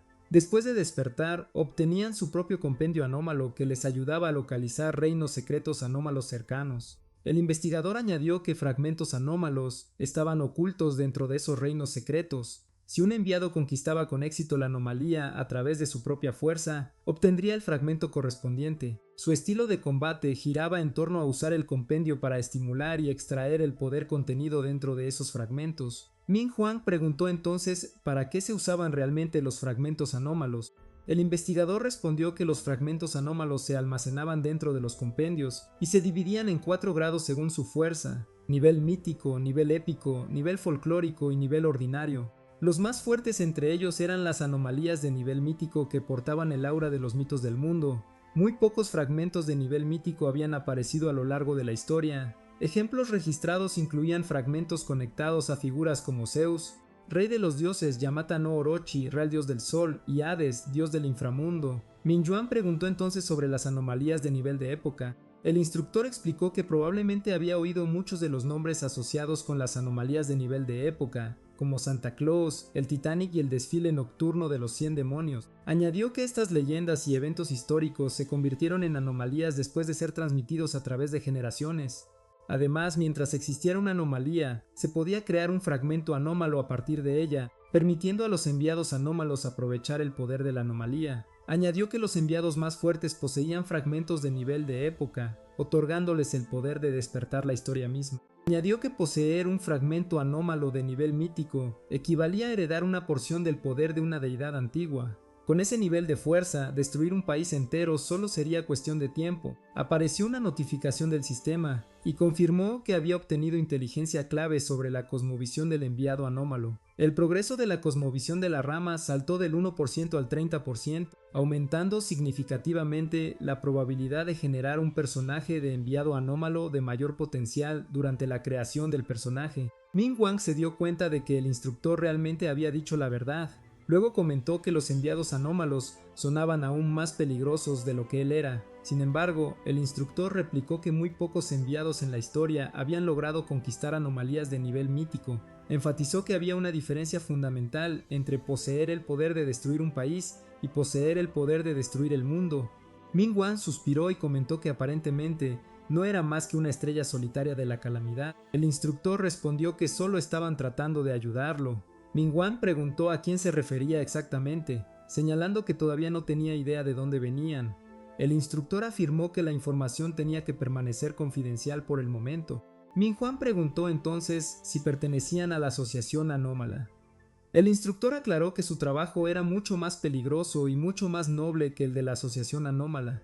También añadió que no pertenecían ni a la facción de enviados anómalos ni a la facción de exorcistas. Ming Wang se dio cuenta de que sería imposible obtener una respuesta directa de él. El instructor decidió dejar de hablar de enviados anómalos y pasar al tema de los exorcistas, pero un anuncio los interrumpió repentinamente. El esper de nivel desastre número 10.059, Lanyuan Liu Li, había solicitado una reunión con el instructor. Al escuchar que era un esper de nivel desastre, Ming Wang se preguntó cómo alguien arrojado al azar a este lugar podría resultar ser tal monstruo. Se dio cuenta de que había individuos aterradores por todas partes y concluyó que no podría recopilar información sobre exorcistas del instructor hoy. El instructor terminó la sesión y prometió continuar en otro momento si Ming Wang seguía interesado.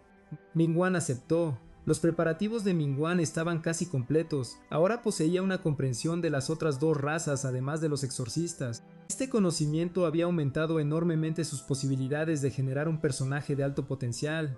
El sistema le indicó que consumiera 3 puntos de división para crear un personaje de juego completamente nuevo en el mundo real. Comenzó una secuencia de tirada de dados y le indicó que eligiera un número entre 1 y 6. Seleccionó el número 6. El sistema lo felicitó por ganar el juego de dados. Como recompensa, le otorgaron una opción adicional de perfil de personaje durante la fase de creación.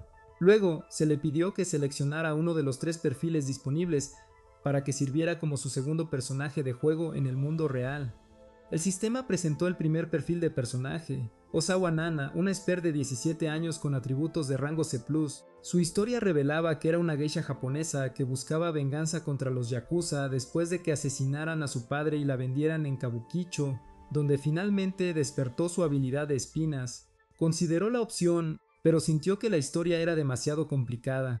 Aunque no le importaba jugar como un personaje femenino, finalmente rechazó el perfil porque temía que heredar sus recuerdos traumáticos pudiera distorsionar su propia visión del mundo e incluso afectar su identidad personal.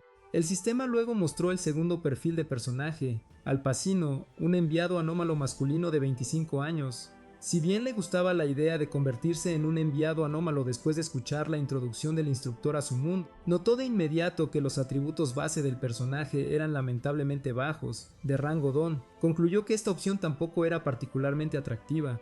De repente, apareció un mensaje de advertencia. Toda la interfaz del sistema comenzó a fallar. El segundo personaje estaba a punto de ser creado cuando de repente se encontró con una advertencia. Una notificación del sistema le advirtió que activar el modo de división completa para crear un segundo personaje de juego dividiría su conciencia en 3 cuerpos, intensificando aún más la sensación de ser destrozado. Le aconsejó que considerara cuidadosamente deshabilitar el modo de división completa antes de continuar.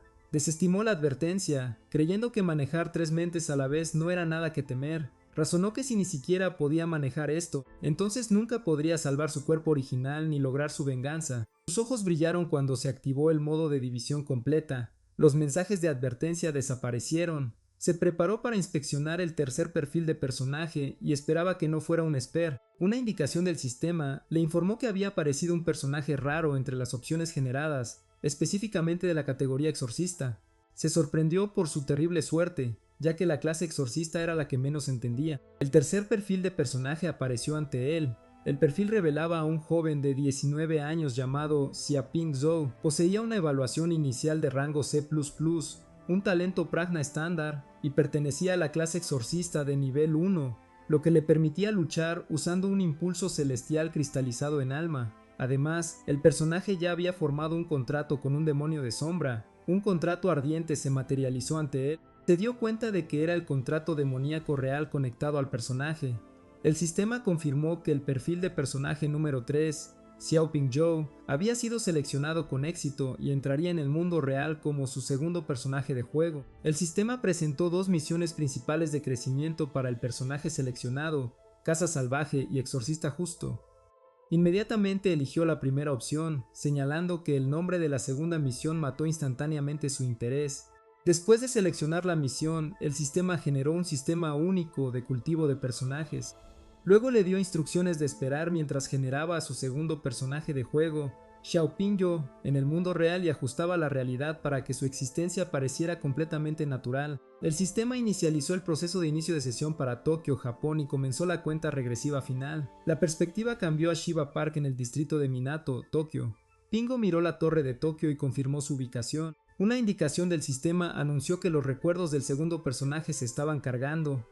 El sistema advirtió que cuando terminara la cuenta regresiva de 5 segundos, los recuerdos del personaje de juego número 2, Xiaoping Zhou, se verterían directamente en su mente y le aconsejó que se preparara mentalmente.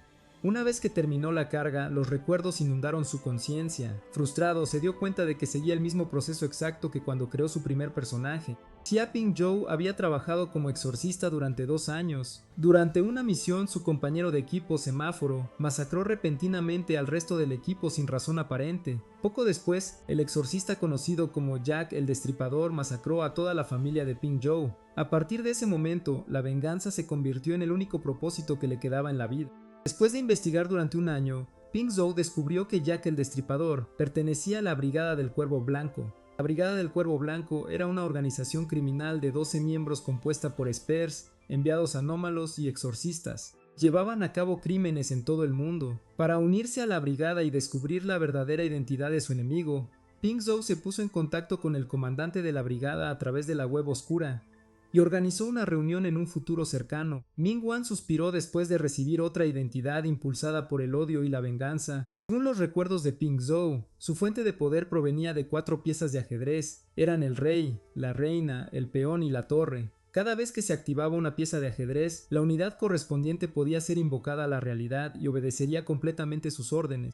Cada exorcista poseía un arma de destino única conocida como Impulso Celestial. Los exorcistas se dividían en 3 niveles y con cada avance de nivel podían firmar un contrato con un demonio que se fusionaría en su arma. El deber principal de un exorcista era literalmente cazar y exorcizar demonios. Cuando el impulso celestial de Ping Zhou despertó, sus fluctuaciones de habilidad alcanzaron el rango SS. Tal fenómeno era extremadamente raro. Comparó al nuevo personaje con Black Pupa e inmediatamente notó la diferencia. Black Pupa se especializaba en reconocimiento y apoyo, lo que lo hacía inadecuado como combatiente de primera línea. Si este segundo sistema de personajes se centrara en el combate directo, compensaría perfectamente sus debilidades. Abrió el árbol de habilidades de Xiaoping Zhou. Aparecieron 3 ramas ante él. La rama 1 era Enjambre, que le permitía reclutar peones. La rama 2 era Evolución de la Paz, que requería puntos de habilidad para desbloquear. La rama 3 era Alma, que contenía una habilidad llamada Cazador de Demonios. Notó que el sistema contenía un número sorprendentemente grande de ramas. La habilidad de Evolución de la Paz mejoraba todas las piezas de ajedrez de rango hierro negro a rango bronce, aumentando sus atributos base, mientras que la habilidad Cazador de Demonios otorgaba una oportunidad de obtener una pieza de ajedrez única que no reaparecía después de ayudar a matar a un demonio. Mientras caminaba por las calles, se dio cuenta de que este personaje se especializaba en invocaciones. De repente sonó su teléfono. Recibió un mensaje de texto anónimo que lo dirigía a la sala privada 3 en un bar subterráneo ubicado en Esechon, Tokio. Estaba seguro de que el mensaje provenía de la Brigada del Cuervo Blanco, lo que lo convertía en su primer encuentro con ellos. Se dirigió hacia el bar subterráneo. A pesar de que todavía era de mañana, el lugar permanecía lleno de gente bebiendo y socializando. Se preguntó si habían pasado toda la noche bebiendo, aunque tuvo que admitir que parecían sorprendentemente enérgicos. Se detuvo frente a la sala privada número 3. Dentro había miembros de la Brigada del Cuervo Blanco, criminales de rango SS buscados por la Asociación Anómala. Ming-Wan, actuando como Ping Zhou, consideró la operación un éxito siempre y cuando no muriera demasiado rápido. Esperaba que su personaje de juego actual pudiera sobrevivir hasta que creara un tercero. De lo contrario, todos sus esfuerzos volverían a un estado restringido. Extendió la mano para abrir la puerta. Antes de que pudiera tocarla, la puerta se abrió repentinamente desde adentro. Una joven vestida con un kimono se paró en el umbral. Se giró hacia él con agudos ojos carmesí. Pingo llegó a la habitación donde una mujer en kimono estaba en el umbral. La mujer le preguntó si era el recién llegado. Él confirmó que sí. Al mismo tiempo se preguntó si ella era miembro de la brigada. Una voz desde adentro preguntó y hace si había llegado un invitado. Un hombre explicó que era el reemplazo del número 12. Añadió que el comandante quería que evaluaran si sus habilidades eran lo suficientemente buenas. Uno de los hombres lo invitó a pasar. Un hombre rubio se presentó como Anlunce, el número 11 de la brigada. Otro hombre con una cabeza oscura y cuadrada se presentó como Robert, el número 7 de la brigada. Dijo que todos lo llamaban cabeza de rábano y animó a Pinjo a hacer lo mismo. Ayasi permaneció en silencio mientras los escuchaba. De repente activó su poder y destrozó un libro grueso en pedazos. Innumerables trozos de papel flotaron a su alrededor. Pinjo se dio cuenta de que su habilidad le permitía controlar objetos basados en papel. Se presentó y declaró que había venido a ocupar el puesto del número 12. Enlund miró la hora y comentó que casi era hora de que se fueran. Añadió que había algo que necesitaban manejar en el camino. Luego explicó que el comandante les había ordenado matar a todos en el bar antes de partir.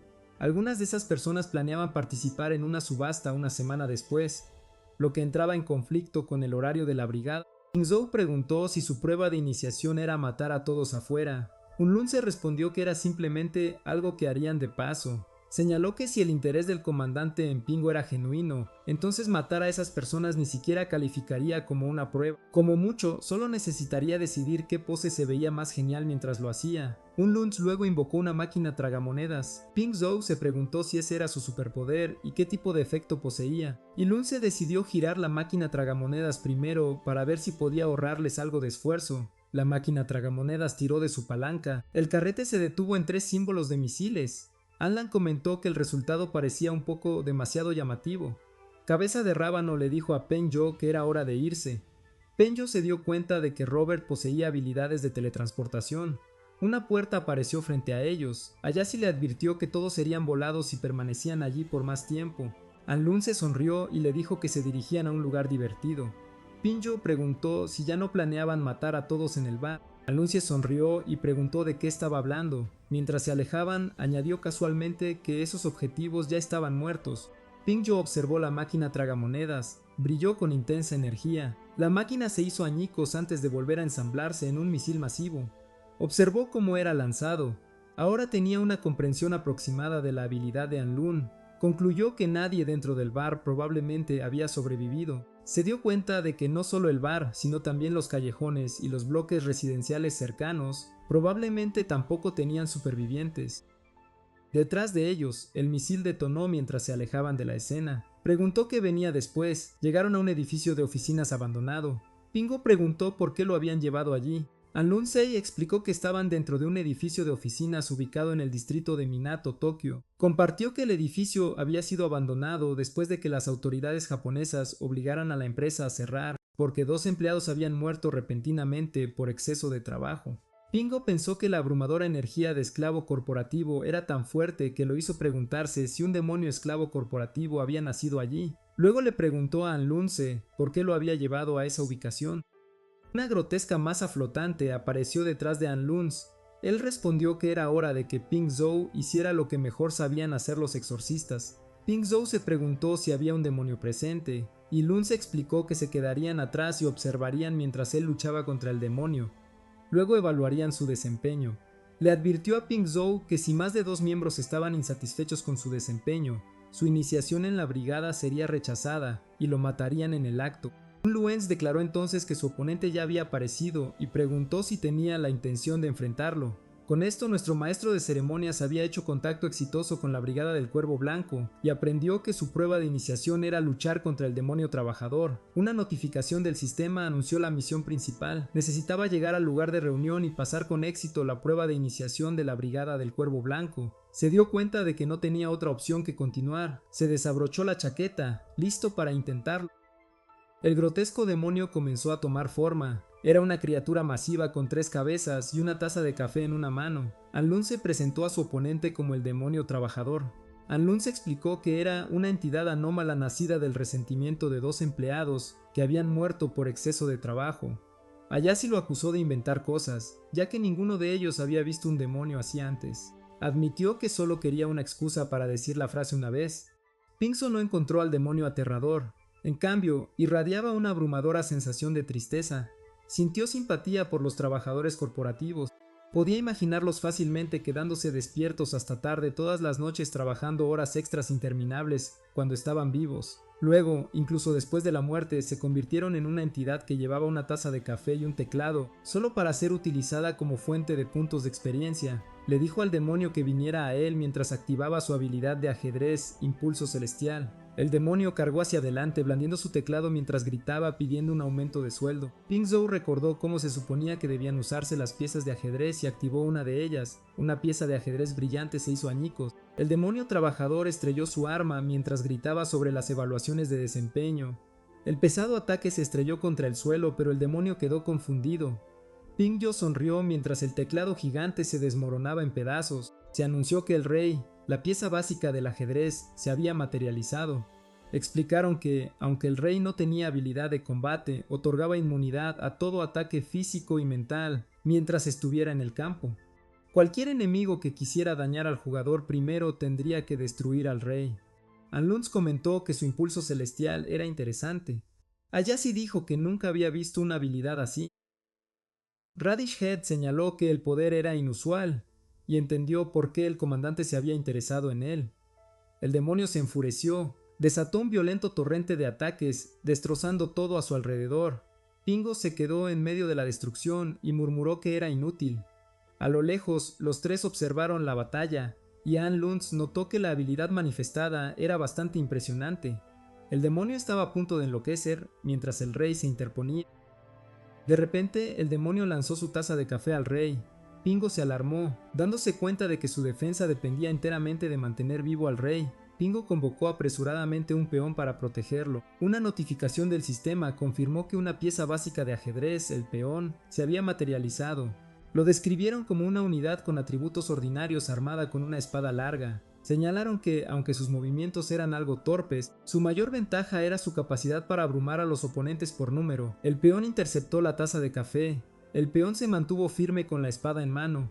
El demonio lanzó otro asalto frenético gritando sobre las horas extras. El peón respondió con una poderosa serie de tajos que pillaron al demonio completamente desprevenido. Luego cargó directamente contra el demonio. Las explosiones resonaron por toda la sala. Pingzhou señaló que si un solo peón ya podía defenderse contra un demonio de alto nivel, entonces el valor táctico de esta habilidad sería enorme una vez completamente desarrollada. Convocó otra pieza de ajedrez. Una notificación del sistema le informó que la pieza básica de ajedrez, la torre, se había materializado. El sistema explicó que la torre era capaz de disparar cañonazos devastadores, aunque requería cierto tiempo para recargar después de cada disparo. La torre desató un masivo rayo de luz, la explosión se tragó al demonio de alto nivel, una brillante explosión estalló en el campo de batalla. Cuando el humo se disipó, el demonio, gravemente herido, dejó escapar un gemido de dolor. Pingzhou se dio cuenta de que la batalla estaba casi terminada. Una notificación del sistema le informó que la pieza básica de ajedrez, la reina, se había materializado. El sistema explicó que ella era la más ágil entre las 4 piezas básicas de ajedrez, empuñando tanto una daga corta como una larga como armas. Solo el rey sabía por qué poseía tales habilidades. La reina se lanzó inmediatamente hacia el objetivo. El demonio lanzó un fuerte puñetazo mientras despotricaba sobre las evaluaciones de desempeño. En un instante la reina esquivó grácilmente el ataque y cortó al demonio. El demonio miró confundido cómo su brazo era cortado en pedazos. La reina se preparó para atacar de nuevo. De repente, la reina cortó a la criatura, haciéndola gritar de agonía. Apareció una notificación del sistema confirmando que un demonio había sido asesinado y que la misión de progreso para el sistema de cultivo exclusivo del personaje de juego 2, Invierno de la Casa Salvaje, se había actualizado. La cabeza cercenada del demonio seguía murmurando quejas sobre las evaluaciones de desempeño. Pingzhou se preguntó por qué la reina luchaba asesina, cuestionó si el impulso celestial había cometido un error. Luego recordó que en el ajedrez, los peones que llegaban al extremo opuesto del tablero también podían ser promovidos a reinas. Se volvió hacia los miembros de la brigada y preguntó si ahora estaba calificado para unirse. Ayase votó a su favor, diciendo que su impulso celestial era divertido. Anlunz estuvo de acuerdo en que era interesante. Admitió que nunca había visto un exorcista con habilidades así, dado que el comandante ya había mostrado interés en él. Anlunz decidió votar también en apoyo. Entonces Radish Head señaló que a pesar de su potencial de crecimiento, Pink Joe todavía era demasiado débil y probablemente moriría si se quedaba con ellos. Al final, optó por abstenerse ya que ya se habían emitido 2 votos de aprobación, y Lunze replicó que siempre existía la opción de simplemente no dejarlo unirse a la brigada. Luego sonrió y preguntó si eso significaba que Pink Joe tendría que morir en su lugar. Y Lenz comentó que el comandante había dicho que si no estaban satisfechos con él, simplemente debían matarlo en el acto. Radish Head respondió que tenía razón. Pingo los miró con incredulidad. Ayasi les dijo que dejaran de asustar al novato. Añadió que la votación era 2-0, lo que significaba que el novato se había unido oficialmente al equipo. Sacó algo de su manga, diciendo que era un regalo del comandante.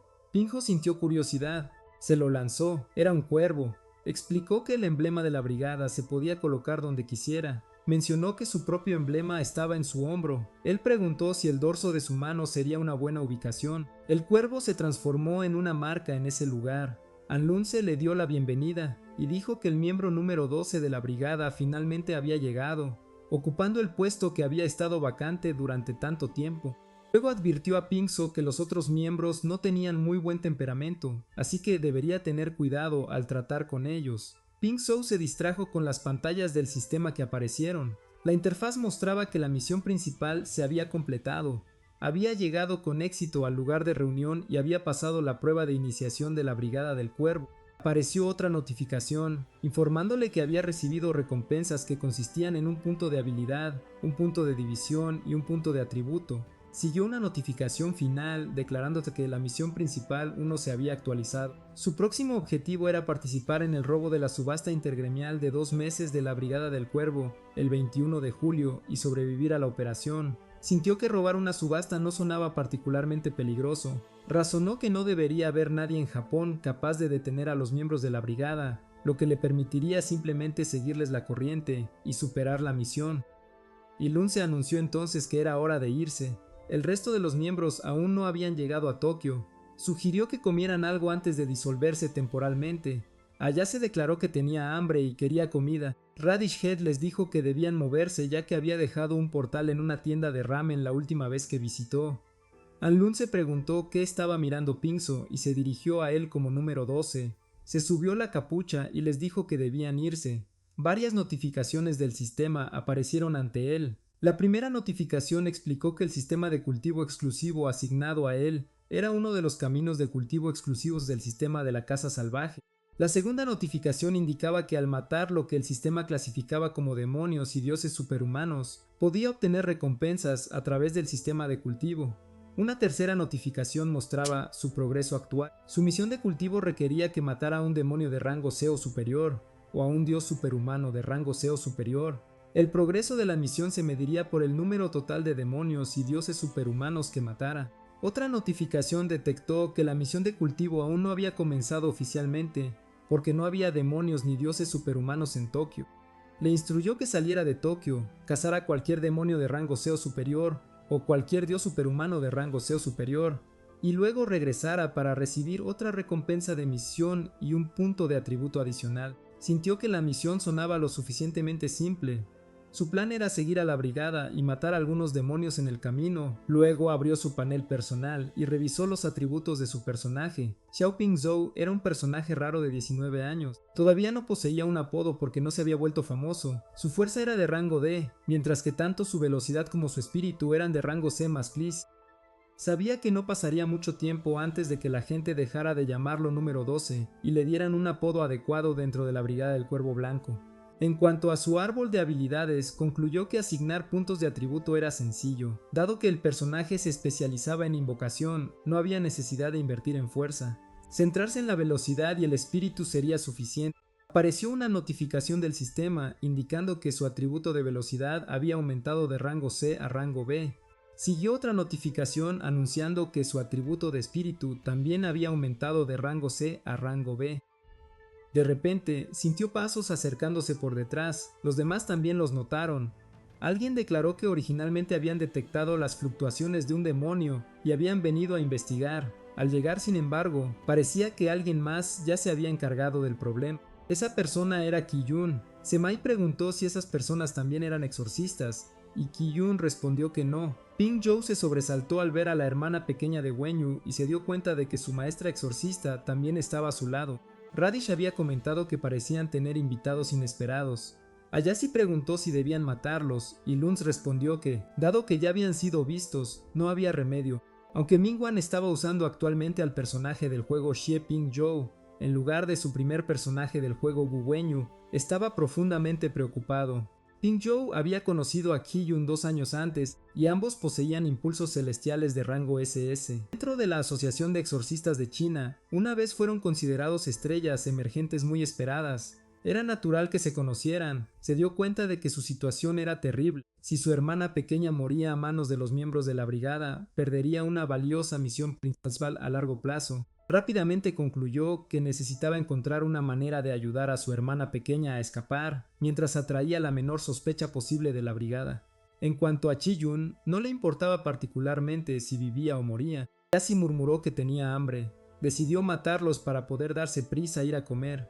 Qi-yun se volvió cautelosa de inmediato al verlos prepararse para moverse. Ping Zhou comentó que tenía la impresión de que la mujer con sombrero era miembro de la Asociación de Exorcistas. Añadió que su impulso celestial era un par de monóculos retro, aunque no recordaba el nombre exacto.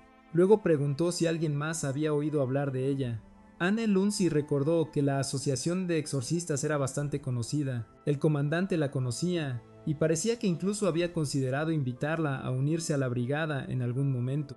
Ping Yu preguntó cómo resultó eso. An Lunzei respondió que el comandante nunca lo dijo directamente, pero parecía que ella había rechazado la oferta. Compartió que más tarde estableció un equipo de exorcistas conocido como la Tripulación del Tren Fantasma, que recibió su nombre del demonio tren con el que se había contratado. Ayase se estaba impacientando porque seguían hablando. Preguntó si iban a matarlos o no. Radish había sugerido que lo olvidaran, ya que el comandante les había instruido específicamente que no causaran conmoción antes de que comenzara la subasta. Dado que no había ningún beneficio en iniciar una guerra con 2 exorcistas, sería mejor dejarlos en paz. An Lunz estuvo de acuerdo e instó a todos a moverse. Ise inmediatamente esperaba con ansias comer algo, pero Ping Yu solicitó permiso para entrenar con la mujer. An Lunz entendió que Ping Yu acababa de unirse a ellos y estaba ansioso por demostrar su valía, pero una pelea crearía demasiada conmoción. Le dijo que debían irse ya que tenían otros asuntos que atender y no querían enfadar al comandante. Ping Yu estuvo de acuerdo y lo siguió. Confirmó que su plan era llevar a cabo el secuestro de la subasta subterránea de Tokio en una semana. An Lunzei lo confirmó y añadió que la operación comenzaría en ese momento. Ping Yu preguntó si no había necesidad de prepararse de antemano. An Lunzei respondió que el comandante solía proporcionarles los detalles solo 5 minutos antes de que comenzara una operación. Solo podía ayudar a esos dos hasta ese punto. An Lunzei explicó que cualquiera que careciera incluso de ese nivel de habilidad de ejecución habría muerto 10.000 veces en su organización. Añadió que el comandante estaba particularmente interesado en las habilidades de Ping Zhou. Esperaban que se quedara y muriera un poco más lento que el número 12 anterior. Al cruzar el portal, Ping Zhou se preguntó si Simae y Kyun también asistirían a la subasta. Reflexionó que dada la fuerza de su hermana pequeña, lo más probable es que participara en un evento de alto riesgo como ese. Incluso si actuaba como agente encubierto dentro de la brigada, probablemente no podría evitar que ella se involucrara. Los dos observaron cómo desaparecía el portal. Semai no podía creer que el grupo se hubiera dado la vuelta y se hubiera ido. Curiosa, preguntó si alguien conocía los antecedentes de las personas que acababan de encontrar. Qi-yun respondió que pertenecían a la Brigada Blanca. Recordó haber visto una fotografía de uno de ellos antes. La niña con el kimono era la hija mayor de la familia Ayase en Japón. Más tarde recibió una invitación del comandante de la Brigada del Cuervo Blanco. Después dejó a su familia y se convirtió en miembro de la brigada. Semai se quedó atónita al darse cuenta de que esas personas habían tenido la intención de matarlas momentos antes. Sion lo confirmó. Admitió que no sabía por qué los miembros de la brigada finalmente habían decidido no atacar. Luego añadió que cada miembro de la brigada era increíblemente poderoso. Si realmente hubieran tenido la intención de luchar, derrotarlos habría sido extremadamente difícil. Se dio cuenta de que las preocupaciones de la Asociación Japonesa de Exorcistas con respecto a la Brigada del Cuervo Blanco estaban completamente justificadas. La brigada había llegado personalmente a Tokio y había puesto sus ojos en la subasta clandestina organizada conjuntamente por la asociación y varias familias importantes del inframundo. Mae se dio cuenta de que ya era demasiado tarde para abandonar el equipo.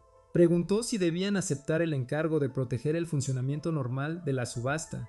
Chi-yun respondió que, ya que ya estaban allí, irse ahora sería una pérdida de tiempo. Sugirió informar de todo lo que acababa de suceder a la asociación. Esperaba que el lado japonés reforzara aún más las fuerzas de defensa de la subasta. Simae preguntó a quién podrían llamar como refuerzos. Razonó que, ya fueran exorcistas o psíquicos, Japón era relativamente débil. Había muy pocas personas que realmente valieran la pena. Chi-yun estuvo de acuerdo en que la preocupación era válida, pero señaló que la asociación japonesa también podría solicitar ayuda a los países vecinos y pedirles que enviaran refuerzos. Y un ejemplo de ello era Blue Ark.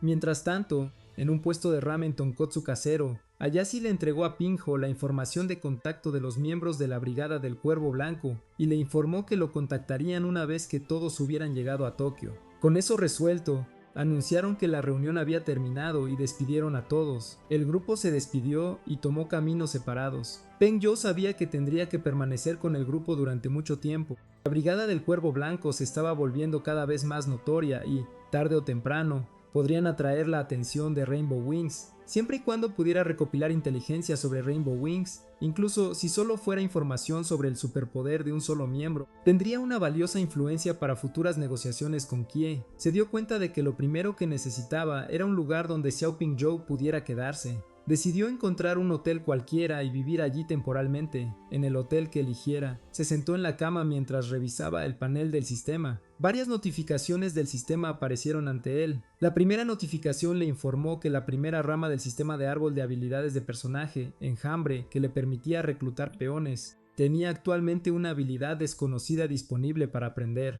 La rama 2 Danza permitía que las piezas de ajedrez evolucionaran. El proceso de evolución requería que gastara un total de 3 puntos de habilidad en otras ramas antes de poder desbloquearlo.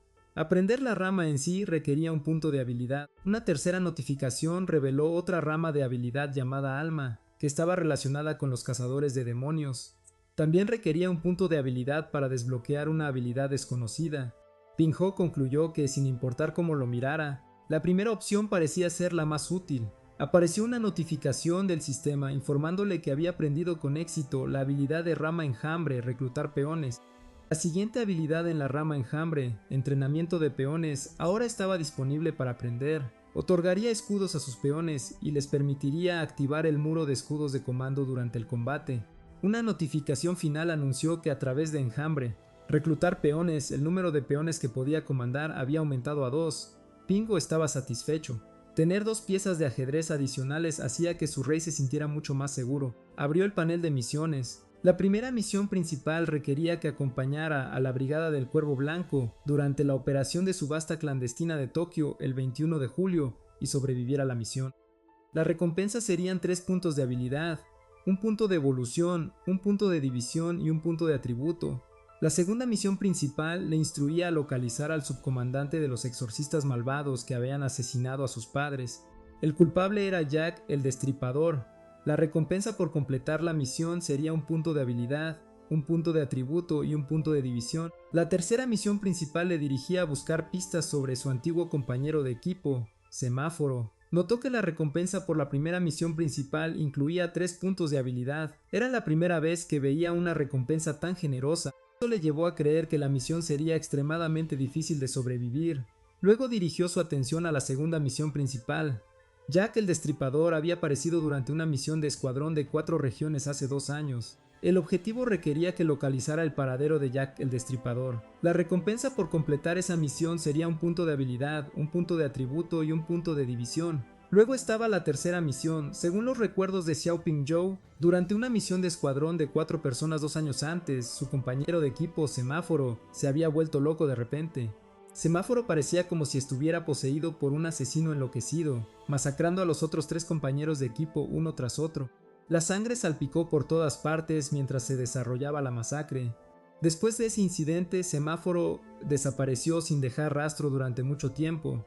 Finalmente se transformó en un monstruo especializado en cazar exorcistas. Cada vez que mataba a una víctima con éxito, dejaba un símbolo de hexagrama. Al lado, escribía un mensaje en latín que decía Sodalitas Salvifica o Sociedad de Salvación. Reflexionó que el nombre Sociedad de Salvación sonaba como una organización muy formidable. Aún así, decidió no darle vueltas por ahora. Todavía había muchas cosas que necesitaba lograr. Por lo tanto, mientras esperaba el próximo aviso de la brigada, dejaría que este cuerpo descansara en el hotel. Ahora que tenía un segundo cuerpo como seguro, planeaba usar la pupa negra para investigar el orfanato con la esperanza de descubrir pistas sobre el laboratorio. Mingwan abrió lentamente los ojos. El sistema le notificó que la misión principal 3 se había completado. La misión implicaba investigar lo que su hermana menor, Semai, estaba ocultando. Como recompensa, obtuvo un punto de división, un punto de habilidad y un punto de atributo. El sistema le informó que la misión principal 3 se había actualizado. Su nuevo objetivo era establecer una relación cooperativa con Semai, miembro de la tripulación de Ghost Train, y posteriormente construir conexiones dentro de la Asociación de Exorcistas. Después de considerar la situación, se dio cuenta de que en realidad era posible usar su segundo personaje del juego para completar las misiones principales de su primer personaje. Originalmente había planeado usar Pupa Negra para seguir secretamente a Susumei.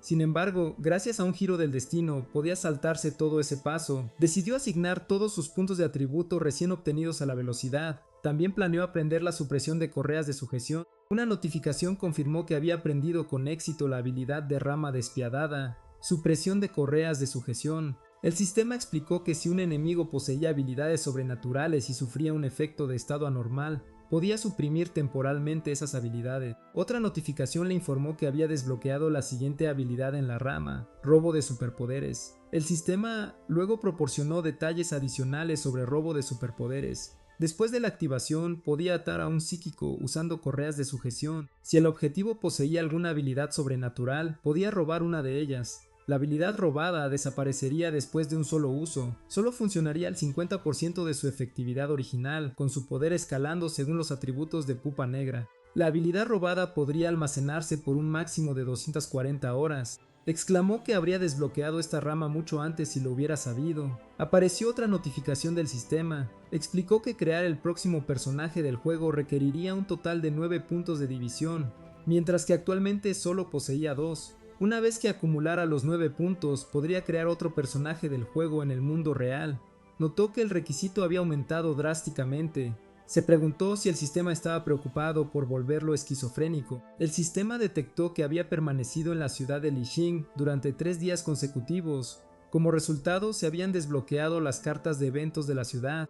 A intervalos regulares, un evento de carta podía aparecer en algún lugar de la ciudad, y completarlo le otorgaría una carta de evento. Un mapa holográfico apareció ante él. El sistema explicó que podría ver un signo de exclamación de carta de evento flotando sobre el horizonte de la ciudad.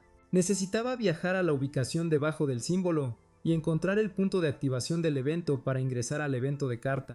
Le pareció divertido que ahora también hubiera misiones secundarias. El mundo se sentía cada vez más como un juego. Inmediatamente reconoció la ubicación marcada por el signo de exclamación de la carta de evento. Era la biblioteca del orfanato. Cuando vivía en el orfanato, su lugar favorito siempre había sido la biblioteca. Casualmente, también era el área más misteriosa de todo el orfanato, el sótano. Recordó que la puerta de hierro que conducía allí estaba asegurada con varias capas de cerradura. Una vez que se había aventurado por las escaleras del sótano e intentado abrir la puerta de hierro, había sido atrapado con las manos en la masa por el director del orfanato. Como castigo, fue encerrado en el ático encima de la biblioteca durante 3 días. Más tarde, cuando el asunto se planteó de nuevo, el director afirmó que el sótano era un refugio subterráneo construido para evacuaciones en tiempos de guerra. Sin embargo, supuestamente había permanecido cerrado durante muchos años y estaba lleno de polvo y suciedad.